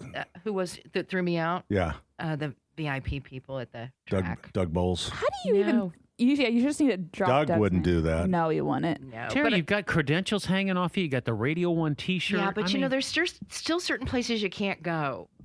But I'll tell you, the stories of the yellow shirts, I met so many cool yellow shirts, again, you know, that just look after you and take care of you. They're the first people you really see when you get to the track. And they are so beloved. And I wish somebody would do a documentary about them because they've been there a lifetime. They're true friends. They're just amazing individuals that make sure you have a decent time, a good time. And I think sometimes they're unsung heroes, Yeah. you know, those yellow shirts, because they put up with a lot of we crap. saw you in a Oh, video, and I can't remember who it was doing a selfie video. Yeah. And who was it that was doing that? Ethan earlier this week sent us all a message and say, "Did you guys check the Pacers page on Instagram?" That's and where we it looked was. at it. That's where it and was. two of the Pacer players were like, "We're at the 500," and they were spinning around, and you could just see Terry. Terry said- That was shortly after I'd Waving. been thrown out. Yeah. And Yeah. so now I'm standing outside of a fence, you know, looking in. It was fun. It was super, No, super you fun. I really. loved That's it. the best part. That we need less Tony and less JMV and a little bit more Terry because No kid. you are out amongst them, and you are talking to people who are at the race instead of Well, She was there's with the people. all the news people are out there. I mean, everybody works really, really hard out there, but you love every minute of it. There's nothing better than being able to be out there before everybody comes and gets to see how beautiful and quiet. We had a Are beautiful you out there before the sunrise and big fireworks. cannon, before the 50-millimeter cannon goes Yeah, off? you try to get out there before the crowd really gets there. And how about the ending? Oh my gosh! And the best ending ever. Historic. It was just awesome. It was just a fantastic day. And for those that got to see it for the first time, I got to interview and talk to Brendan Fraser, who is from now Indiana. in the film about Encino Man, but I don't know what he was. No, he's in a new one. This is a brand new one. He was the official flag starter guy, so he got to climb up. Oh, He's in a film about a president. Is it about the D-Day? pressure? Yeah. He plays Eisenhower. Yes, Eisenhower in the World War II Wow. drama. Yeah. And that was his very first time to be there. And he just said, you know, this is just the coolest thing I've ever seen in my life. I don't know Just if you saw really cool. At the ending when David Malukas lost. He sat in the car forever, and you could tell that he was emotional, and that's okay. But then he got up, and I often he did not handle it well for the cameras. I mean, he was True emotional. emotion. True It was emotion. true He's a emotion. kid. He's so young. I know, but I asked myself, what would Maury Rose say to that kid? What would AJ Foyt say to that kid? Get out there and do the interviews. I mean, I just was so struck that he was so emotional for so long. Well, I think Yeah. he's just trying to compose himself so he could do Yeah. an interview. I mean, Yeah, everyone's different. I mean, that's that's right. Well, the picture I And saw in his was case, he was he's a sobbing sissy, into I his. guess. Yeah, no, I didn't say I'm that. I was kidding. surprised at how long his emotion took. I mean, Yeah. the What, picture I what, kept what seeing was him- nationality is he? American. California. Yeah, he's a, Oh, so yeah. yeah, then I understand it. Well, I just saw him sobbing in his girlfriend's chest, which okay, that works for me. But there's time to go on the air, you know. Yeah, you know, you just You can't know, even actually- understand that pressure of that very last second. I You can only know. imagine, you know, he was so close. And then he came around and he said, the Speedway gods talked to me today and it just wasn't my year. And Yeah. that was a good comment. But all the Now other he stuff sounds up like there- he's from California. Now he sounds from California. Well, bless his Or soul. he's just, you know what? I don't know, crying in the girlfriend's chest, not a bad. That's bad- what I was saying. That's bad what- gig That either. made it all right for me. Yeah.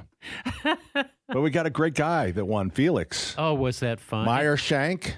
And Yeah. a new father. His baby girl was Yeah. what, born a month ago. And did you guys see that picture he posted with his little baby? They made a mini wreath for him from the 500 and put it around her. Very It's the Oh, sweetest no, picture I didn't in see the that. world. How cool. And she's got a smile on her face. She's only just days old.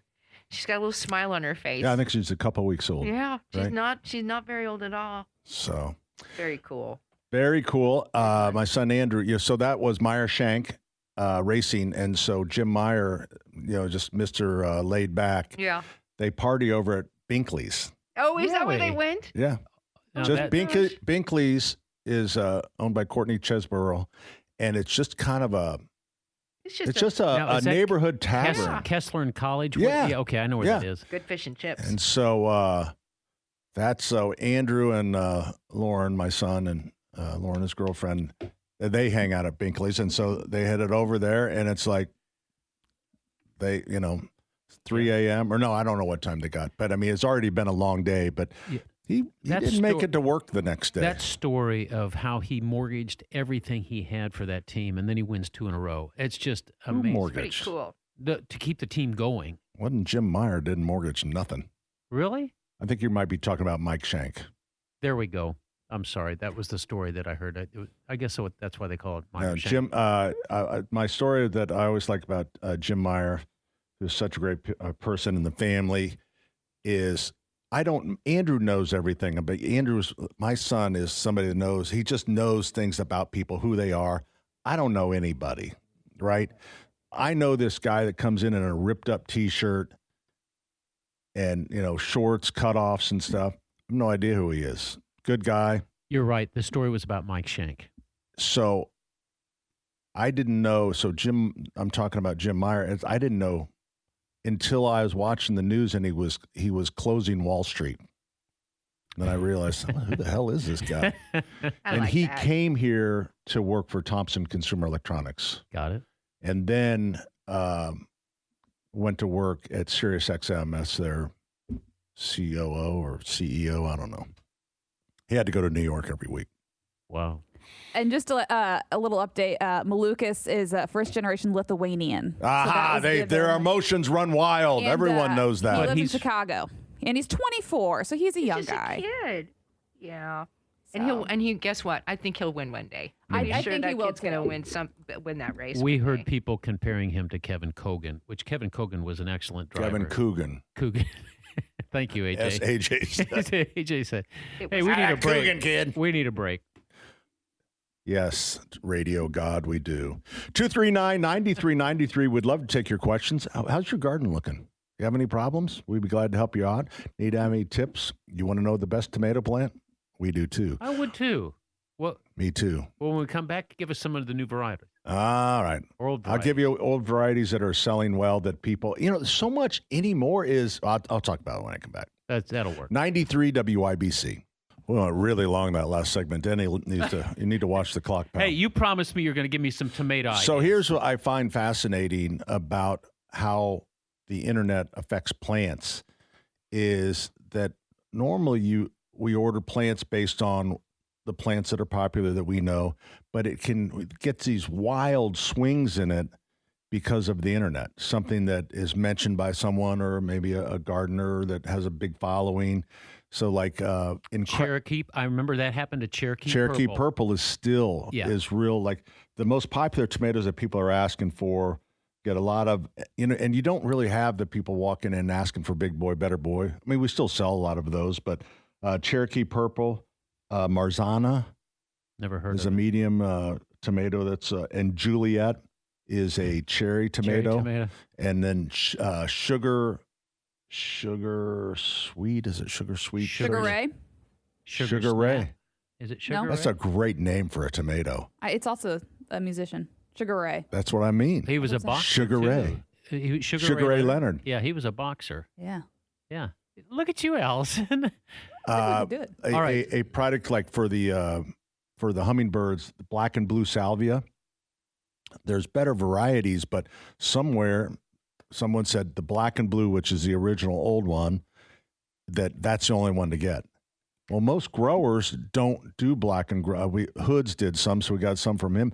Everyone else has moved on to better varieties, but no, the internet says no. The only one that works is black and blue salvia. It's like, the best tomato expert I've ever seen is Allison's brother-in-law's mother down in Lawrence County. Mm-hmm. She's the one that, remember when we had the taste test? Yep. That lady can make tomatoes. It's funny. My brother-in-law actually texted me last night, and he said, my mom said she planted 20 different varieties and 52 tomato plants in her garden, and she's looking forward to feeding us all again. Oh, so are we. Great. Tell him so are we. So we may just have to bring her in studio with a wheelbarrow. of all the tomatoes. Well, all right. So, do you have a sandwich variety you like as far as tomatoes? Brandywine? Brandywine, okay. is a great one. A good slicing tomato. But, I mean, the number of tomatoes, it's almost obnoxious how many tomatoes. I bet it drives you crazy. Yeah, it really does. Hey, you want to know? You know what's coming up? Terry Lynn Stacy has made her own squeegee thing. What do you sell those things for $10 or $12 a piece? A squeegee? The thing that Nido. Nido. Yeah, Nido. Terry is Get always me trying going to on make- Nido.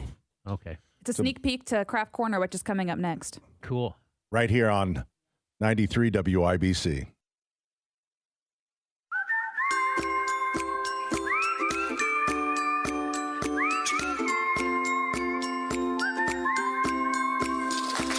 Glitter, stickers, buttons, and beads, doodles, you gotta see. We're gonna have a crafty-rific time. I got scissors, ribbons. Ladies and gentlemen, boys and girls, You like to make things too. segment that just keeps coming back week after week after week.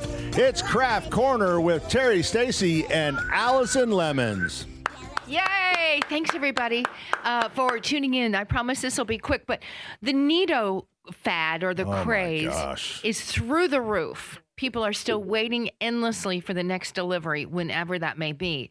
And the truth of the matter is, I know that a homemade DIY Nido is not nearly probably as cool, but it's still as effective today in case or until you get your Nido.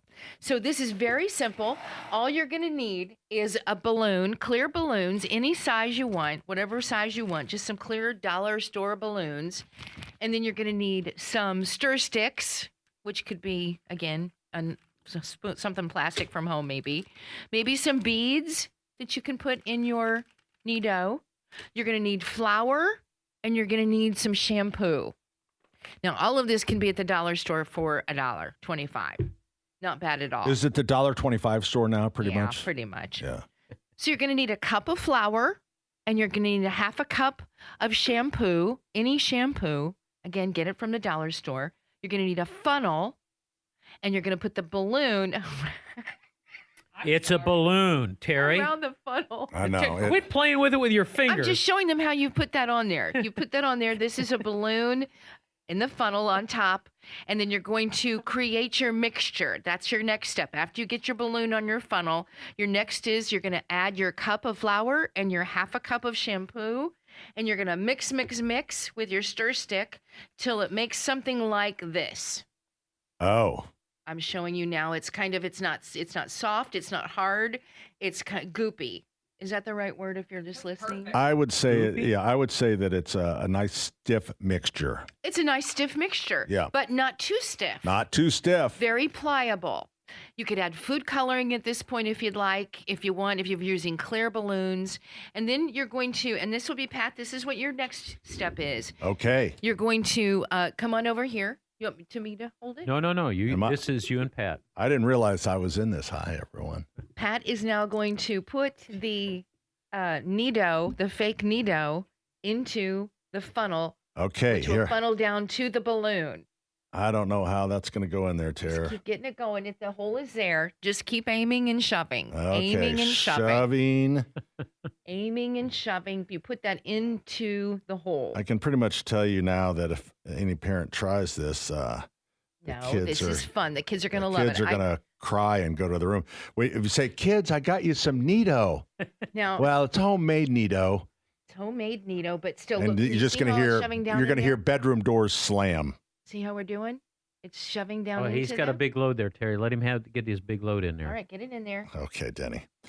All right, here we go. One more, and then we'll show you the finished product, so you guys can continue on with your Saturday. You'll fill that balloon. I think a smaller funnel would have been better, but this is a wide. This is the one I had. I only had this one. I did look Want for some more? garage sales. Take some put more. Some more in there. Yeah, get it sure. all in there, Pat. And then we'll keep putting it in.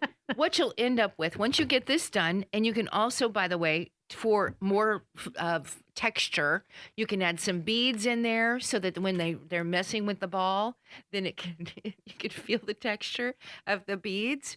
And so, Pat, to the right, show them the finished product. Once you get it all in there, you tie the balloon off a couple times. Wow! Yeah. I know. and you put it in, it makes like that. That looks just like that. Just That's like how that. it comes out. Show 'em the real Okay, one, this is Pat. actually the real Nito. And so the kid is expecting this, and this is what you give them. Uh-huh. We have Nito at home. No. Look. Still squishes like a Nito. Like that. Look. This is great photography here. Oh Same yeah, Good job. I don't see a problem. I think any kid would accept this. As, Until they get the real Nito. no, they'll be in their room crying for 3 months. Squish. It makes the same squish, This is and that's cool. what it's all about. What makes that cooler? It's 'Cause purple it's and like it's you square. can see through it. Well, sure, we can do the same if I use No, that's dye, dumb. a food dye. Yours is dumb. It's not dumb. It's the same thing. It's the same. It's the same. Look, It looks look like what I'm Mr. Magoo. Hey, Same Pat, that finally Pulls, cleaned your glasses. I can pulls. see your eyes. Yeah, I know. It finally... Danny, is that you? Yes, that's Maybe right. it is a glass cleaner. Let me see. Look at this. Sullivan is notorious for having the dirtiest glasses in the world. Well, now that's a glass Terry, cleaner is too. that you? It's That- 2 things in one. You know what? Oh my This is like that gosh. wallpaper cleaner that we use. Pat, you'll have to try that on your glasses. It's a great idea. I can see your eyes. Oh, you actually have blue Okay. eyes. All right. That I really don't care did what clean you my say. glasses. This is a fun project for you and the kids. Canyon? Oh, that's Allison. No. Allison, this is a good one, don't you think? I like it. Look how squishy that is. It is squishy. And you could make it into like googly eyes. You sure can. Google Oh, yeah, I it. forgot we're on radio. Oh, yeah? Yeah, we can make googly eyes on it. You can decorate it. I like it. I like it too. I think it's dumb. Oh. That's Says because the you're in man retail. selling Nitos. Yeah. All right. Thanks for watching today, everybody. I hope you enjoyed it. Google it if you Google want it. to. And look at all. Home and Garden, Home and Garden, Indiana, is where you'll find this. Nice try. All right. Now, Thanks for Terry, watching, everybody. here's what I think you could do is I think that it would be fun for kids just to do as a craft. Yeah, this is a fun craft. And they'll love it more because they made their Right. own Nito. Well, here, let me just back that off a little bit. What I would say is do the fun craft, but don't tell them that this is a replacement for Nito. Oh no, you would never. That's good advice. You just say, Yeah, you hey, just say, I "Let's- thought let's we'd do make some squishy balls. Oh, you just say, you know what? Little children, you know how you love that Nito? Well, we just can't get it right now. We're going to make our own. Oh boy. I'm thinking that Who is the there's got to be a better balloon who's the than lady that. running the orphanage in Annie? Oh, Mrs. Who? I can't remember. Mrs. Allison, do you remember? She's Googling She's quickly. looking it up right now. That's who you sound like. But, Uh-huh. No. You're talking about that Carol Burnett role. No. Where she was in it. Yeah. No. You're going I'm to take not her. all the kids in the orphanage. It's like, no, you're not getting Nito. We can't get it. We're going to make some. So, And it's good Hanover. enough. what is it? Hanover. Miss Hanover? Doesn't sound right. Maybe you're thinking of another movie. Yeah. Or Hannigan. Is it Hannigan. Hannigan. Yeah, that's what it is. You're Miss Hannigan. I'm just trying to help the children that don't have one or can't afford one of your Nitos. Or they show up and they're all gone. Yeah, or they're all gone. That's the more true than disappointment. anything. You're disappointing children more than I am. Oh, there's I'm a little trying to girl that help. came in with her grandma. And We they didn't have actually any. lowered our max. We are allowing people to buy 10 at a time. So we moved it down to 6. But now you know what they do? Like you can't trying to stay ahead of the Nito people. So what they do, they can only buy 6. So one person gets there and they load up a cart and then they go back in the store somewhere and then their friends come and they get them. So we stopped that too. So you can't. How do you stop it? Just say You no. gotta put 'em You back. can't. You can't. We Limited- just won't let you take more than 6 Yeah, off the there's a display. limit. There's just a limit. It's that simple. It is so It's so dumb. You're not going to get them till maybe. I don't any know. day. We still just have some to watch. orders. I think we still have some orders that'll come. You don't know when they're coming. They just show up. That's right. You don't know, and Mr. Retail's not going to tell you. So try this instead until they get here. Did you just call him Mr. Retail? I'm just saying. You try that, and your kid's going to be crying themselves to sleep. That's what I'm saying. Oh, boy. That is need not. Dough break. We need no break. Nido break. We're coming right back. 93 WIBC. You know, we have a lot of rules, Pat. Nothing in the studio. Did they say anything about the goobers that you... No. Hey, listen, our friend Dave Dugan will be next weekend comedy at The Cat. And I believe The Cat is in Midtown Carmel. So June 5th and 6th at 7:30, 2 evenings of laughs and fun at the Cat Theater in Midtown Carmel, featuring Dave Dugan, Dave Wilson, Dave the King Wilson, and Willie Bostic. Willie Bostic. I knew a Bob Bostic. I wonder if that's his son. I don't know. Bostic's a weird name. During intermission, there'll be prizes for the most patriotic outfit. Hey. Also enjoy a special drink in honor of our nation's 250th anniversary, the Stars and Stripe Spritzer. Spritzer? Spritzer. It's a drink. That's right, Denny. How about that? Thecat.biz for tickets. Thecat.biz. Thecat.biz. What are you doing for the 250th? Well, you know what? I'm planning on streaking the quad. Yep. So glad I asked. I think we're gonna be at Dolly World. We're gonna be down in Gatlinburg. Are you really? Yes. That would be so fun for the 4th of July. Yeah. Hey, I mean, really, you shouldn't be celebrating America without Dolly Parton. Has anybody heard how Dolly is doing? I understood that she really was pretty sick. She got mad at her sister for saying anything about it, but She's doing great. Okay. We exchanged texts, not yesterday, but the morning before. Oh, did you? Yeah. Yeah. She's doing good. She's looking forward to having you come down and see her. Yeah. She wanted to stay with her. Make But you a I don't peach really. cobbler. I like to stay in my own Are you place. still going to do the duets, since Kenny Rogers is gone? I can't carry a tune. You know that, Dan. You know, Dolly's never disappointed me, but I have to say, Dolly, if you're listening, I'm disappointed in your frozen food line. She has a frozen food line? She's got your peach cobbler. She's got your chicken and dumplings. Dolly, those can't possibly be your recipes.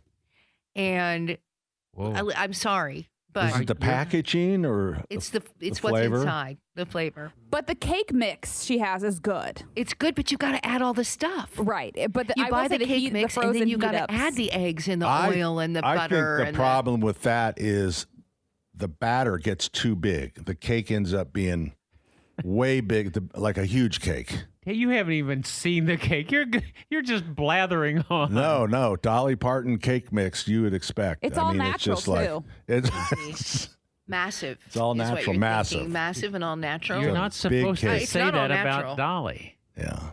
Unfortunately. You can't be bad-mouthing Dolly. I don't mean to. I want to be You her. said it in a nice way. That's constructive Dolly, criticism. You've done enough. You don't need to make us any frozen food. No. Bad mouthing is what people do. It's like, I came in your store. This was too much. I'm never coming there again. Yeah. Now, Terry didn't say that. No. Do they always say, I'm never coming back? Yeah. It's always threats. So what do you say to that? Okay, let's practice. Sullivan, I came in here. You told me you had $2 plungers. These plungers are $4. I'm never coming back here again. Is that your real hair? That's what I would say. So that's generally how I start. It's general. No, you know what? Here's the thing about human beings. You got 1 minute.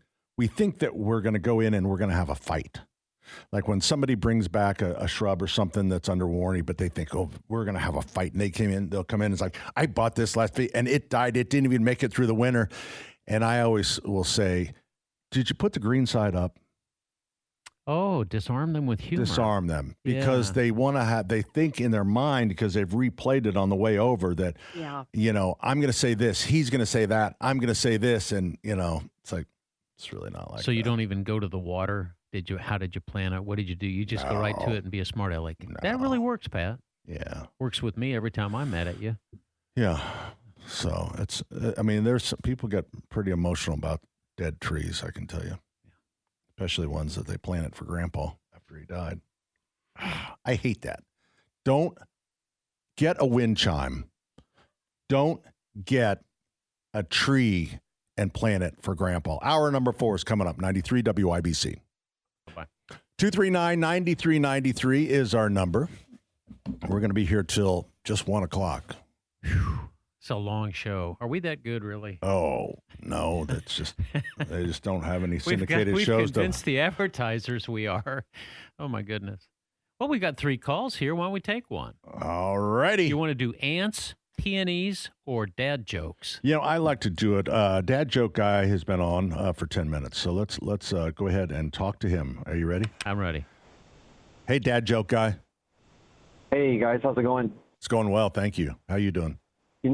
Hey, good. Hey, so for the 4th, I was going to try and organize a hide and go seek contest, but it didn't work out because good players are hard to find. Ha! Oh boy, he snuck that one right past me, Pat. You saw it coming. You saw it coming. You had your finger on the dump button. No, I didn't. Okay, what does a Frenchman say when he goes down a water slide? What does a Frenchman say when he goes down the water slide? Whee! No, that's not it. He says, yes. Jenny, don't steal his thunder.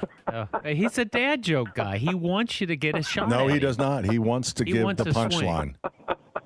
I'm sure He of was it. close, but no cigar. All right, got Okay, one I more? actually do have a real question. Okay. I could probably tell jokes all day, but my wife is going to give me the look if I keep. She's telling giving it to jokes. you. She's giving it to you.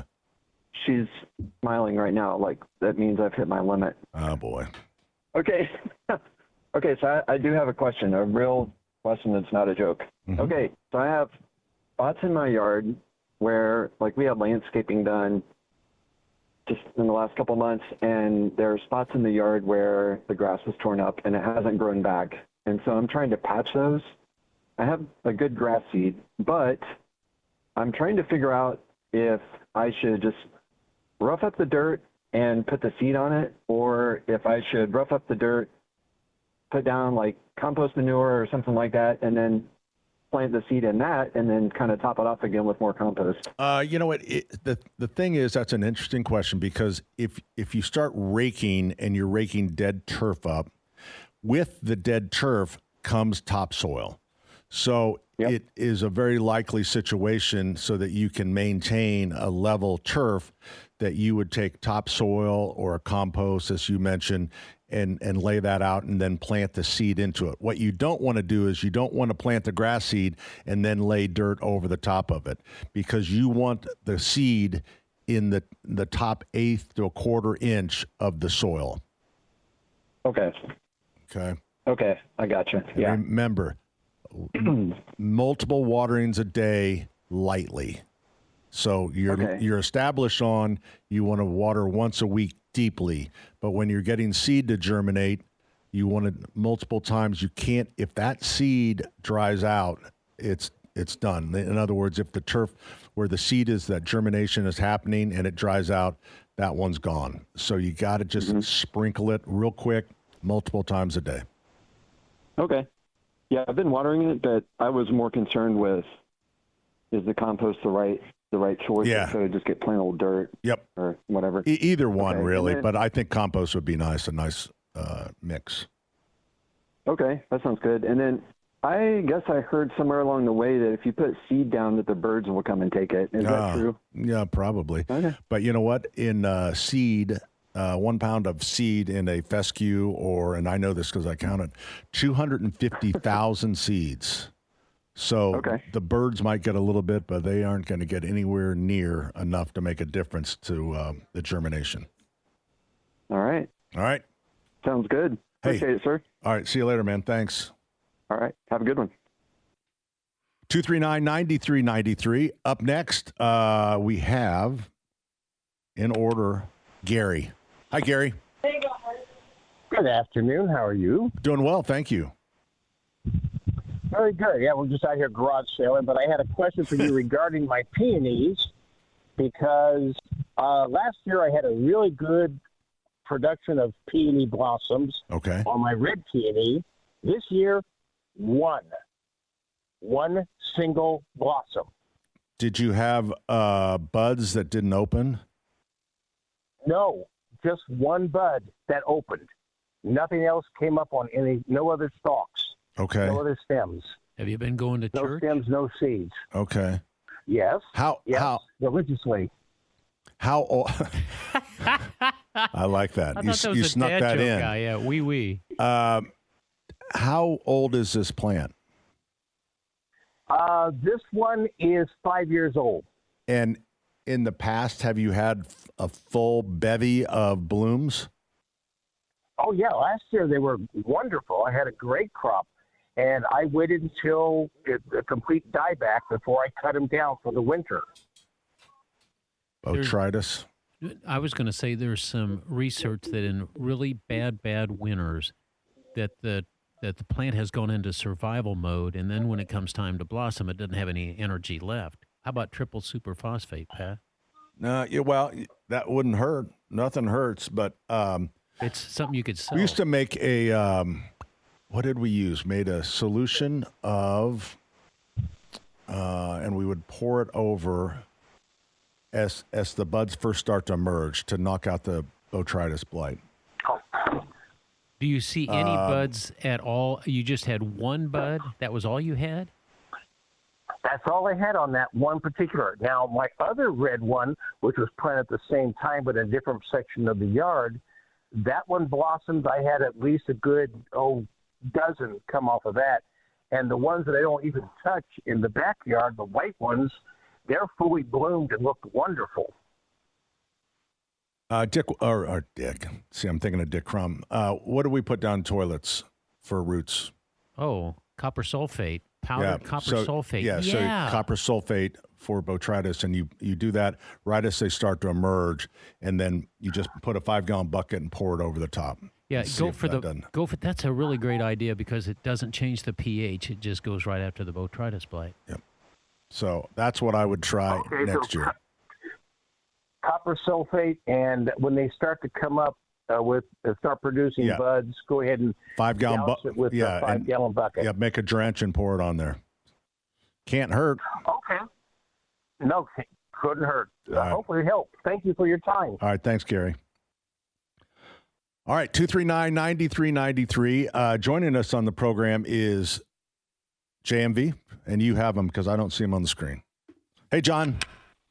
Hello, everybody. How we doing? It's good. We're doing well. We're doing well, John. I think that we actually have a phone line. We don't. We're in studio, so we don't really have a delay. That's right. I forgot about that. Yeah, you're How you in doing? Studio, so we're all good. I'm fantastic. Thank you very much. How's everybody in that studio right there? Good. You should be out today. It's a wonderful day so far. I know. I can't wait to get out. And here we are. We've got the blinds pulled down and the whole bit. And we've been concerned about you, John. You know, how did you survive Sunday? Whoa, Denny, it took a lot. I had to man up. It was a major man-up weekend right here, and I had to find a second, a third, and a fourth wind, and I had to take some quick power naps, 10, 15 minutes increments in really strange and odd places, Denny, but I got it done. How many hour broadcast did you have on race day morning? I went, Saturday night. It was 6 until midnight. Okay. And then I went back to our Bronze Fun Time camper, which was awesome. I moseyed up to where my clothes were in the media lot in my car. And that's for Denny. I mentioned I kind of passed out there for about 15 or so minutes, listening to Yacht Rock Radio. And got up and went over there at about 4:30 in the morning, and they were setting up. And did 5 hours shortly thereafter, 6 until 11. Wow. Of the pre-race show. So it was a good weekend, but I was a little bit tired. But I still found it within me to have a good party on Monday and stuff. So it was all good. I'll find a way, guys. Find a way. Where did you watch the race? Because after you and Tony leave there in the Pagoda area, do you go up to the sports center, or where do you go? Media Center. I stayed at Pagoda Plaza for a while, and then once things get underway, I will listen to it on the radio, and I listen to a lot of it on the radio, in fact, because that's just kind of a tradition for me too. And then I actually saw the end at home. Oh wow! You got ahead of the traffic because you were beat. Well, I'd been out there for that was 48 hours. I think that was good, but yeah, and plus given the fact I like listening to the radio, and I'm never not going to like that, and that's not always going to be my first go. I was kind of curious how the presentation was on Fox as well, so I kind of wanted to see that and see what they brought, and then kind of was curious about the numbers. I kind of wonder what the numbers would have been had it been blacked out, I guess, around here. So, Indianapolis had a mammoth number. I'm assuming both radio and TV had a mammoth number. Right. So what was overall nationwide? What was the number? I mean, or what was the increase? It was down a slight percentage from a year ago. Really? And I think that's what. Yeah, but when it really mattered the most, a lot of racing fans, and this is across the board. Richard Petty always used to say this about NASCAR races. He said, after he was done, he would watch the start and then go mow his lawn and then come back and watch the finish, and that was it. Yeah. So, yeah. Hey, John, I think a lot of people do that. In your lot, Jane and I like to drive by the different lots or walk through the different lots. Yeah. And I saw these guys burning just firewood and stuff. Have you seen the Brio wood-burning fire pit that they have at Miss M's and at Sundown Gardens? That would have been a perfect thing for the race guys. Exactly. And you guys will have to explain. I asked Pat this yesterday on #AskPat with our Garden Gate question from Denny right there. How does something that obviously produces smoke, it's a fire, how is it, for the most part, smokeless? How does that work, Denny? It's all in the control of where the oxygen gets to the. That's exactly what I said yesterday, pal. Yes, it is. It is. I don't think it is. If you starve out the combustion process with not enough oxygen, that's when the smoke comes. If it's a good flame, it just means it's getting good air. And the way they design that is to create this chimney effect in and around the burn so that there is no smoke. Chimney effect. I believe I mentioned that too. Yes, you did. Well, and Mrs. Summit Garden, they have them over there, and the Brios are state of the art, and everybody. Now, those would seem to me to be the easiest way and the easiest things to take camping, things like that. Not only that, you just don't have cleanup or anything. That's the good part, because it all goes to ash, and ash is always easy to clean up. It's when you got extra wood that doesn't burn. So anyway, it's a winner as far as I'm concerned. Hey, listen, I love it. We're going to be at Sullivan's next week for Remembering Rita. Drag yourself over here to see us. Remembering Rita, that is for the Alzheimer's, the Longest Day event. We do it a couple weeks early to meet Pat's schedule. But anyway, come by and see us. It'd be good to see you again. Well, I will too, because now I'm starting to get into a position to where there's not a lot going on the weekend. I get to free up a little bit after the race weekend. I love to come and hang with you guys for a while, too. And always getting great ideas. So we do these parties down here right across from my house at Paradise Day Watson every Sunday. And we're always trying to come up with great ideas on, what foods to make, what to grill, what to smoke, what to bring. Like I told Pat this yesterday, Denny, we're going to have a boil, some kind of either shrimp. A shrimp boil. Shrimp boil. Yeah. And I have suggested grilling oysters. I don't know if we have enough oysters lovers around there to do that, but I have suggested some different things. Why would you grill an oyster? Well, here's why. Because not a lot of people can just crack it open like dudes like us, Denny, and just swallow it while it's squealing and going down your gullet right there. That's not appealing to some.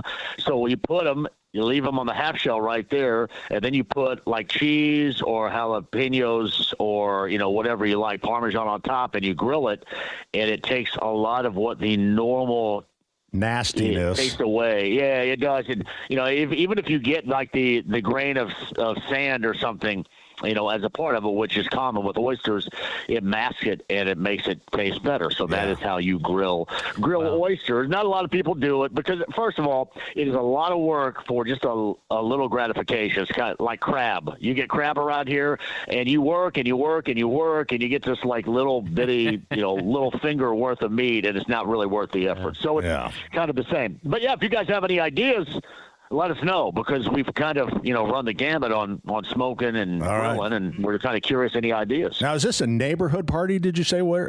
It is. Well, it is a pool area, a back deck area that's really awesome, and where I go every weekend. And that's Jeff Watson and Glenda Watson. Camp Watson. Okay, my awesome friends. Yes, and they have an area where people just get invited and come over, and we've had I've gotten Don Fisher is coming over, the voice of the Hoosiers, later on this summer. Tucker Barnhart, Drew Storer, the former major leaguers, are going to stop by. We've had Chris Hagan out here before, so it's growing too because people like to congregate and have a good time. So do you ever have you ever have to come out? We need to do a show. What if we did a home and garden show from their backyard? That would be like in the olden days. yeah. Remember when we used to go on the morning Yep. show? We used to have breakfast at people's homes Yep. and did the show and make them breakfast. I will warn you this, Terry. It's right across the road from my house. Yeah. So I get fully in the bag on events over there because I feel comfortable. Yeah. And all I got to do is just come over here, and I don't have to mess with anything, and I don't have to go anywhere. So I'll be a treat. So let's make sure we schedule that. I think that'd be fun. Treat, I will be. Yeah, I'll make Scotch eggs. We'll I'm do in. Scotch eggs on the grill. Oh, sure. Oh, they're so good. Yep. Have you ever had a Here's what I was Scotch thinking, egg? guys. Yeah, I did have. I love them. It's fun. I was thinking a home and garden show with you guys, and then a JMV takeover. Right We'll from like the do a same- combo. There you go. Oh, that would be really cool. Well, let's do it. And you guys can stay around. Oh, you mean until Pat can midnight? Make fun of weeds in the yard and stuff like you normally do. Yeah. I don't know. My bedtime's 9 Yeah, o'clock. Terry and I are in our jammies by 6:30. Well, yeah. Wait. Are you talking about? Well, you can do that. You can do that in the morning. Okay. So, and we'll get some early requests from Denny. I don't know, some Alabama or Oak Ridge boys or Statler brothers or something for Denny. And I'll bring Fulton with me. Okay. Yes, bring Fulton too. Yeah, that'd be then fun. Fulton may never go home if we bring Fulton with him. I think Fulton This would is probably true. stay. He would probably stay. Well, let's do it. I'm not kidding you. Let's do it. I think that'd be I super love this fun. idea. I right. love it. Allison, Terry, We got a new guy. We got Canyon Scott. Canyon. He looks like Matt Bear or Matt Hiblin when he was a kid. It's crazy. Canyon Canyon Scott. Yeah, that's what I said. No, Grand Canyon. Seriously, he looks like a 1970s porn star. No, we He's got a little mustache. Why'd they name him Canyon? Have you found this out? Well, you know that's where he was conceived, in the canyon. Yeah. Yeah. Oh wow, really? Yeah. Hey, 105.7 tonight, starting at 6, going to midnight. You got it, Danny. I'm going to play your favorite country early 80s crossover hits from Alabama, Juice Newton, Ronnie Millsap. Oh, You buddy, love it. I'll be play it. calling in for a new Johnny Reed. I don't know if you've ever heard Johnny Reed. No, but he's just a No, local not guy. Johnny Reed. He's a guy from Muncie. Please don't play Johnny Reed. Yeah. I don't know who Johnny Reed is. You're going to find out. He's Johnny from I'll Muncie. call in. I'll Jerry make my Reed? request. No, Johnny. R-E-I-D, Johnny Reed. He's a good country kid. Oh, boy. Good old country kid. I can play Jerry Reed or Johnny Lee. I don't know about Johnny Reed. Oh, look at the time. Shania Twain, maybe. I'll see you later, buddy. See you guys. See you, John. Bye, John. JMV for Miss M's. We're coming right back, 93 WIBC. Hey, listen, we're going to be right back after these. I was kidding. So here's what happens. We go Allison. long and we go short. So Allison says, make this a short segment. So I just thought I would start with the lockout. Yeah, there we go. That's what we call it in the business. The business, The lockout. the business. Lock it out. Okay, so here let's take a call. How about a call and a break? Yep. That sound okay? Do it. All right, we have joining us on the program. Right, I want to get doing it in order. There it is, Linda. Hi, Linda. Hi, good afternoon. I have this solution to keep ants away from your hummingbird feeder. Okay. I buy a product called Nectar Fortress Natural Ant Repellent. It's a clear ant repellent gel containing cinnamon oil. Okay. And do you put it just above? Does it? I mean, is there a way to put it in between the hanger and the hummingbird feeder? I put a continuous, unbroken ring of gel around the pole leading up to your hummingbird feeder. This is fantastic. So, yeah. It's put it far away from the hummingbird, a little bit right. of a distance, but leading up to your hummingbird Linda, feeder. would you give us... The ants will not cross.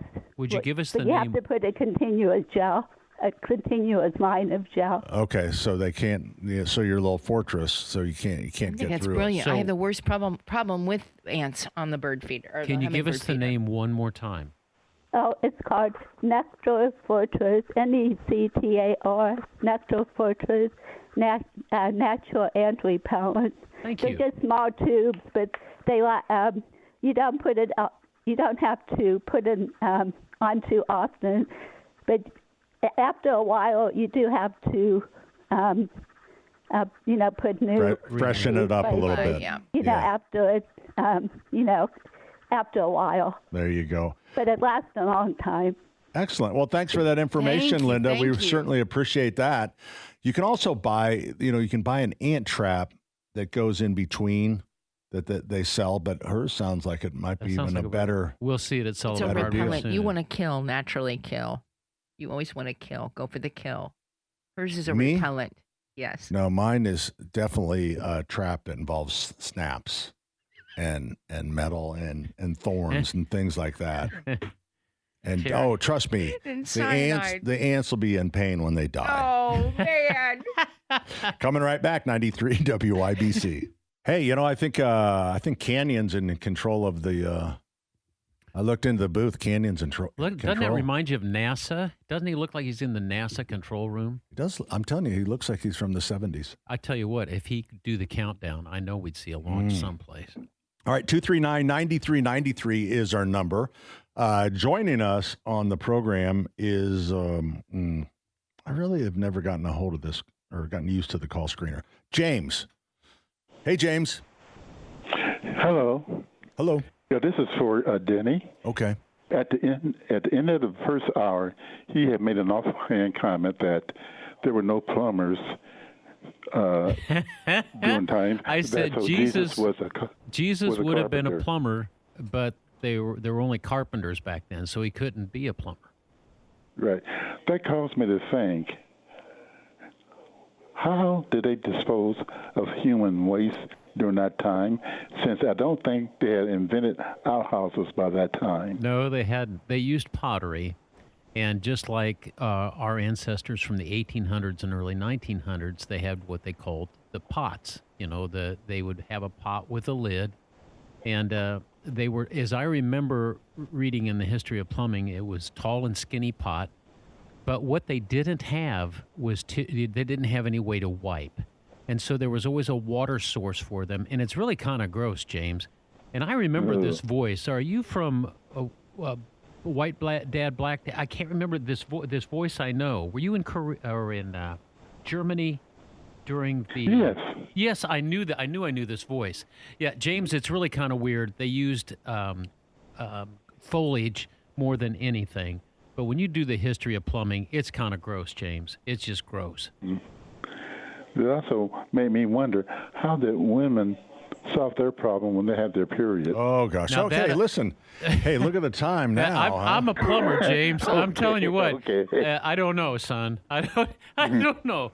Yeah. Okay. Yeah. Hey, James, Hey, good thanks to- for the good to call, hear from James. you. Appreciate it. He's an author, and he was also I do recognize his voice as well. West Berlin, East Berlin, and he's got quite a story. Anytime when I was working with Dick, and somebody go, "Hey, is Dick there?" Or can I talk to Dick? I would always lean back and go, "Dick, telephone." Thanks, Pat. I'll get it. That's what he would do. Yeah. That's how we amused ourselves. All right, we have. Let's see. Up next, it's going to be Andrew. Andrew, welcome to the show. Hello, can you hear me all right? Yeah, you Loud sound and great, clear. man. Okay. First time caller, short time listener. But anyway, I had a question, and I don't know what my mother had this idea to stack a I don't know what a cattle waterer with Miracle-Gro. Why would she do that? I don't know. And this is the question.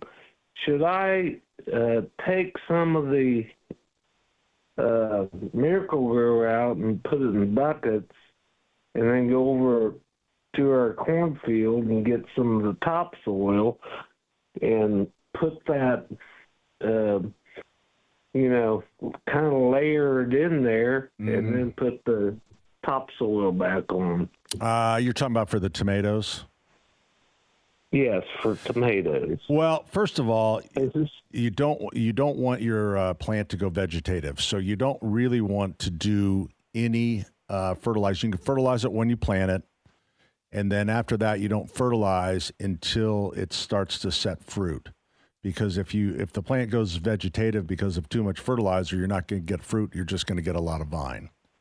So once it does set fruit, I don't think we need more creative ways to put fertilizer on. I think the easiest is just put fertilizer on. And the one that I would recommend to you, rather than doing a Miracle Grow, is go to the store. Box stores have it, and get tomato tone from Espoma.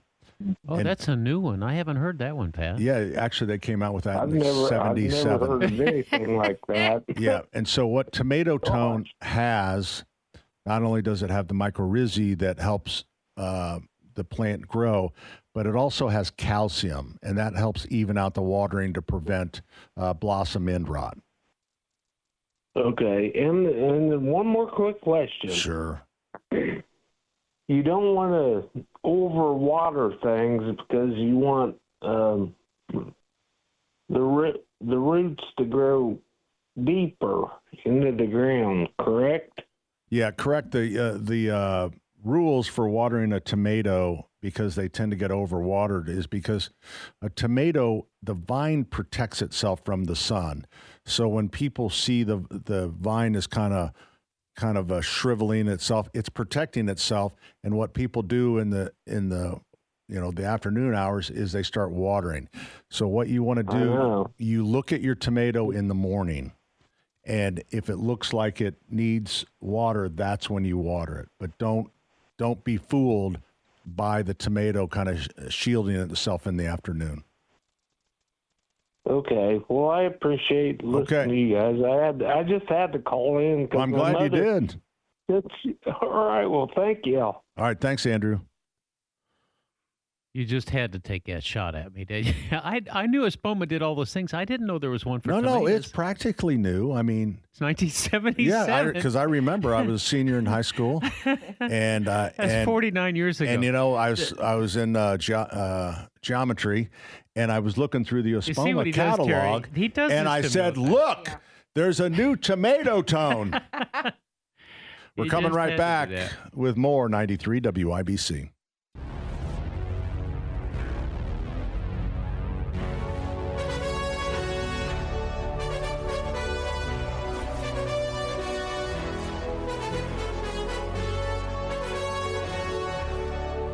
Ladies and gentlemen, we've come to the final segment, the segment we call the Speed Round, where we take your calls lickety-split. 239-9393. The Speed Round is brought to you. He doesn't have that yet. The Speed Round is brought to you by Thompson Furniture and Mattress in Columbus. Great pricing on Lazy Boy, Indiana-made Smith Brothers Furniture, mattresses made in Indiana, and, of course, maintenance-free outdoor furniture with free delivery up to 75 miles. ThompsonFurniture.com. Who's ready for the Speed Round? Let's go, big boy. You can't handle it. I thought you were telling me that, man, I was going on too long, and I didn't realize that you were looking for your... I got to memorize that one someday. All right, 239-9393. We are joined by Ron, who has a question for Terry. Hi, Ron. Oh, hi, Ron. Hi, guys. It wasn't really for Terry. It was for anybody that can answer it, but... What are those shades that you put on the underneath your gutters of your house to shade your patios? Oh, yeah. They have aluminum frames, and you pull them out. Uh-huh. Yeah. Who around in town sells those? I don't know. I always see them online. Well, the Sunsetter. Yeah. That's what it's called. Sunsetter. That's it. Yep, you're right, Pat. Thanks. Yep, you're welcome. It's probably sunsetter.com. Yeah. That's a good memory you have there, my friend, for Sunsetter. And the weird thing is, I'll forget your name in like an hour. It's so weird. I can look at a grandchild and go, what the hell's their name? You got a lot of them. This getting old stuff is like.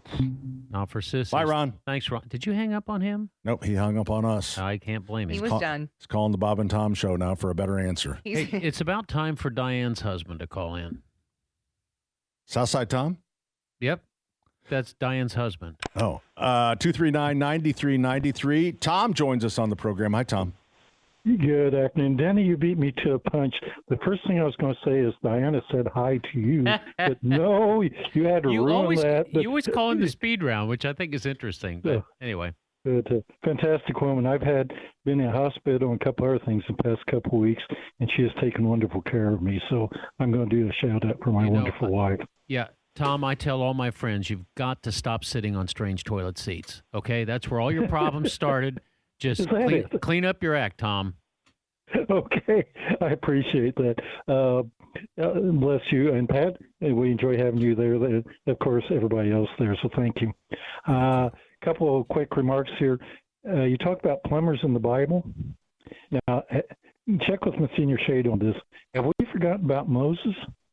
It says in the Bible he parted the waters. Fair. That's fair.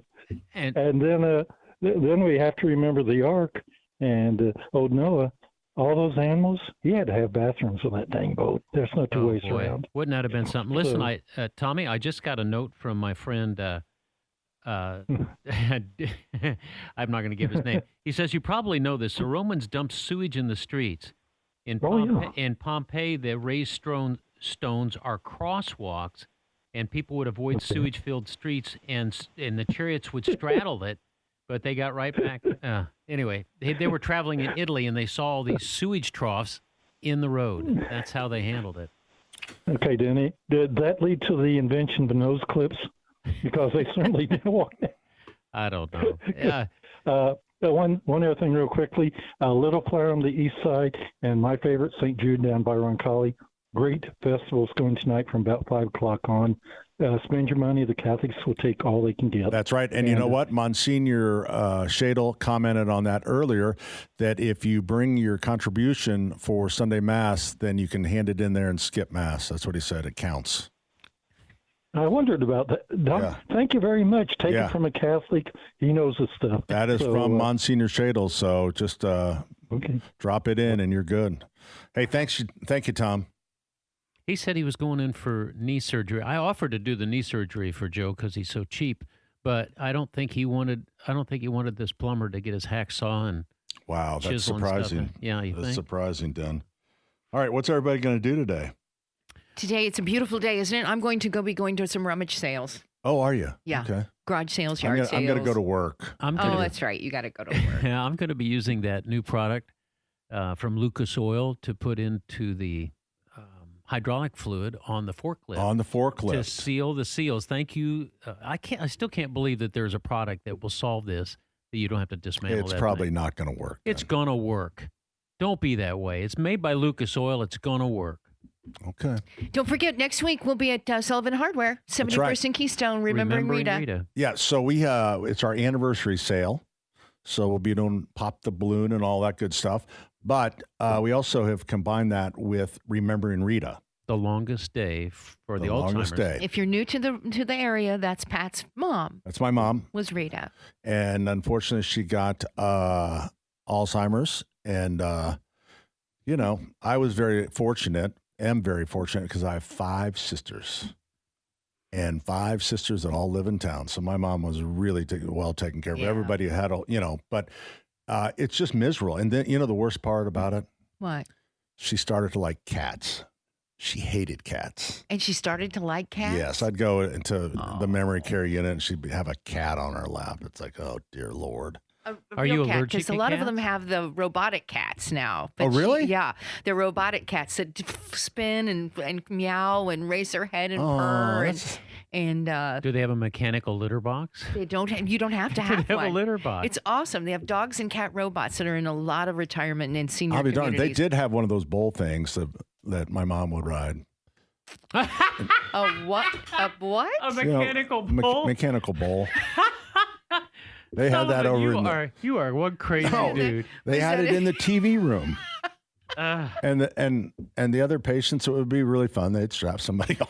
Sure. Terry, what's going on See for how the fast they would like fall crazy. off. Yeah, what's going on for the first day tomorrow? We're Terry? going to talk about we've got DAR coming in, the Daughters of American Revolution, as we get closer to the 4th of July. I'm trying to every week do something regarding the 4th of July. We've got that. We've got a doctor who will be joining us to talk about sepsis. And I know that's not the most fun, but I think there's a lot of questions about sepsis and how do you know when your body has gone into sepsis? Because then you've only got a minute before you got to go. Yeah, help. that was obvious from Kyle Busch. It was. We've got a little bit of research on green burials. There's lots of ways to, when somebody passes, you have cremation, which Terry's got some I great always stories. love an Irish funeral. No, Terry's got some stories about cremation that I had never heard. And then we've got some green barrels. You can actually be buried in a wicker basket. And you might start thinking about that, Pat. You can start selling the wicker at Sullivan Hardware for a green burial. You just go into the basket. A wicker. The basket. A wicker okay. casket. I thought it was like a green beer and stuff. No. You're talking about environmentally friendly. That's correct. There are cemeteries that are specific to this. So there are a lot of religions, like the Jewish religion and the Muslims. They don't embalm, and so there's lots of information that I never knew. It's just fascinating. Terry's how many got ways the best. You can be Terry's buried. got some really good stories, And I'm fascinated with it. Well, I've got my plots. I know you do. Our Lady of Peace, and you know what? It is so close to Keystone's Crossing. I'm telling you, it is going to go commercial, and my extended family, That's why I got this. they're gonna make money. They're gonna make money on this thing. My dad, that's where my dad is. He always knew the best deal. All right, 93 WIBC.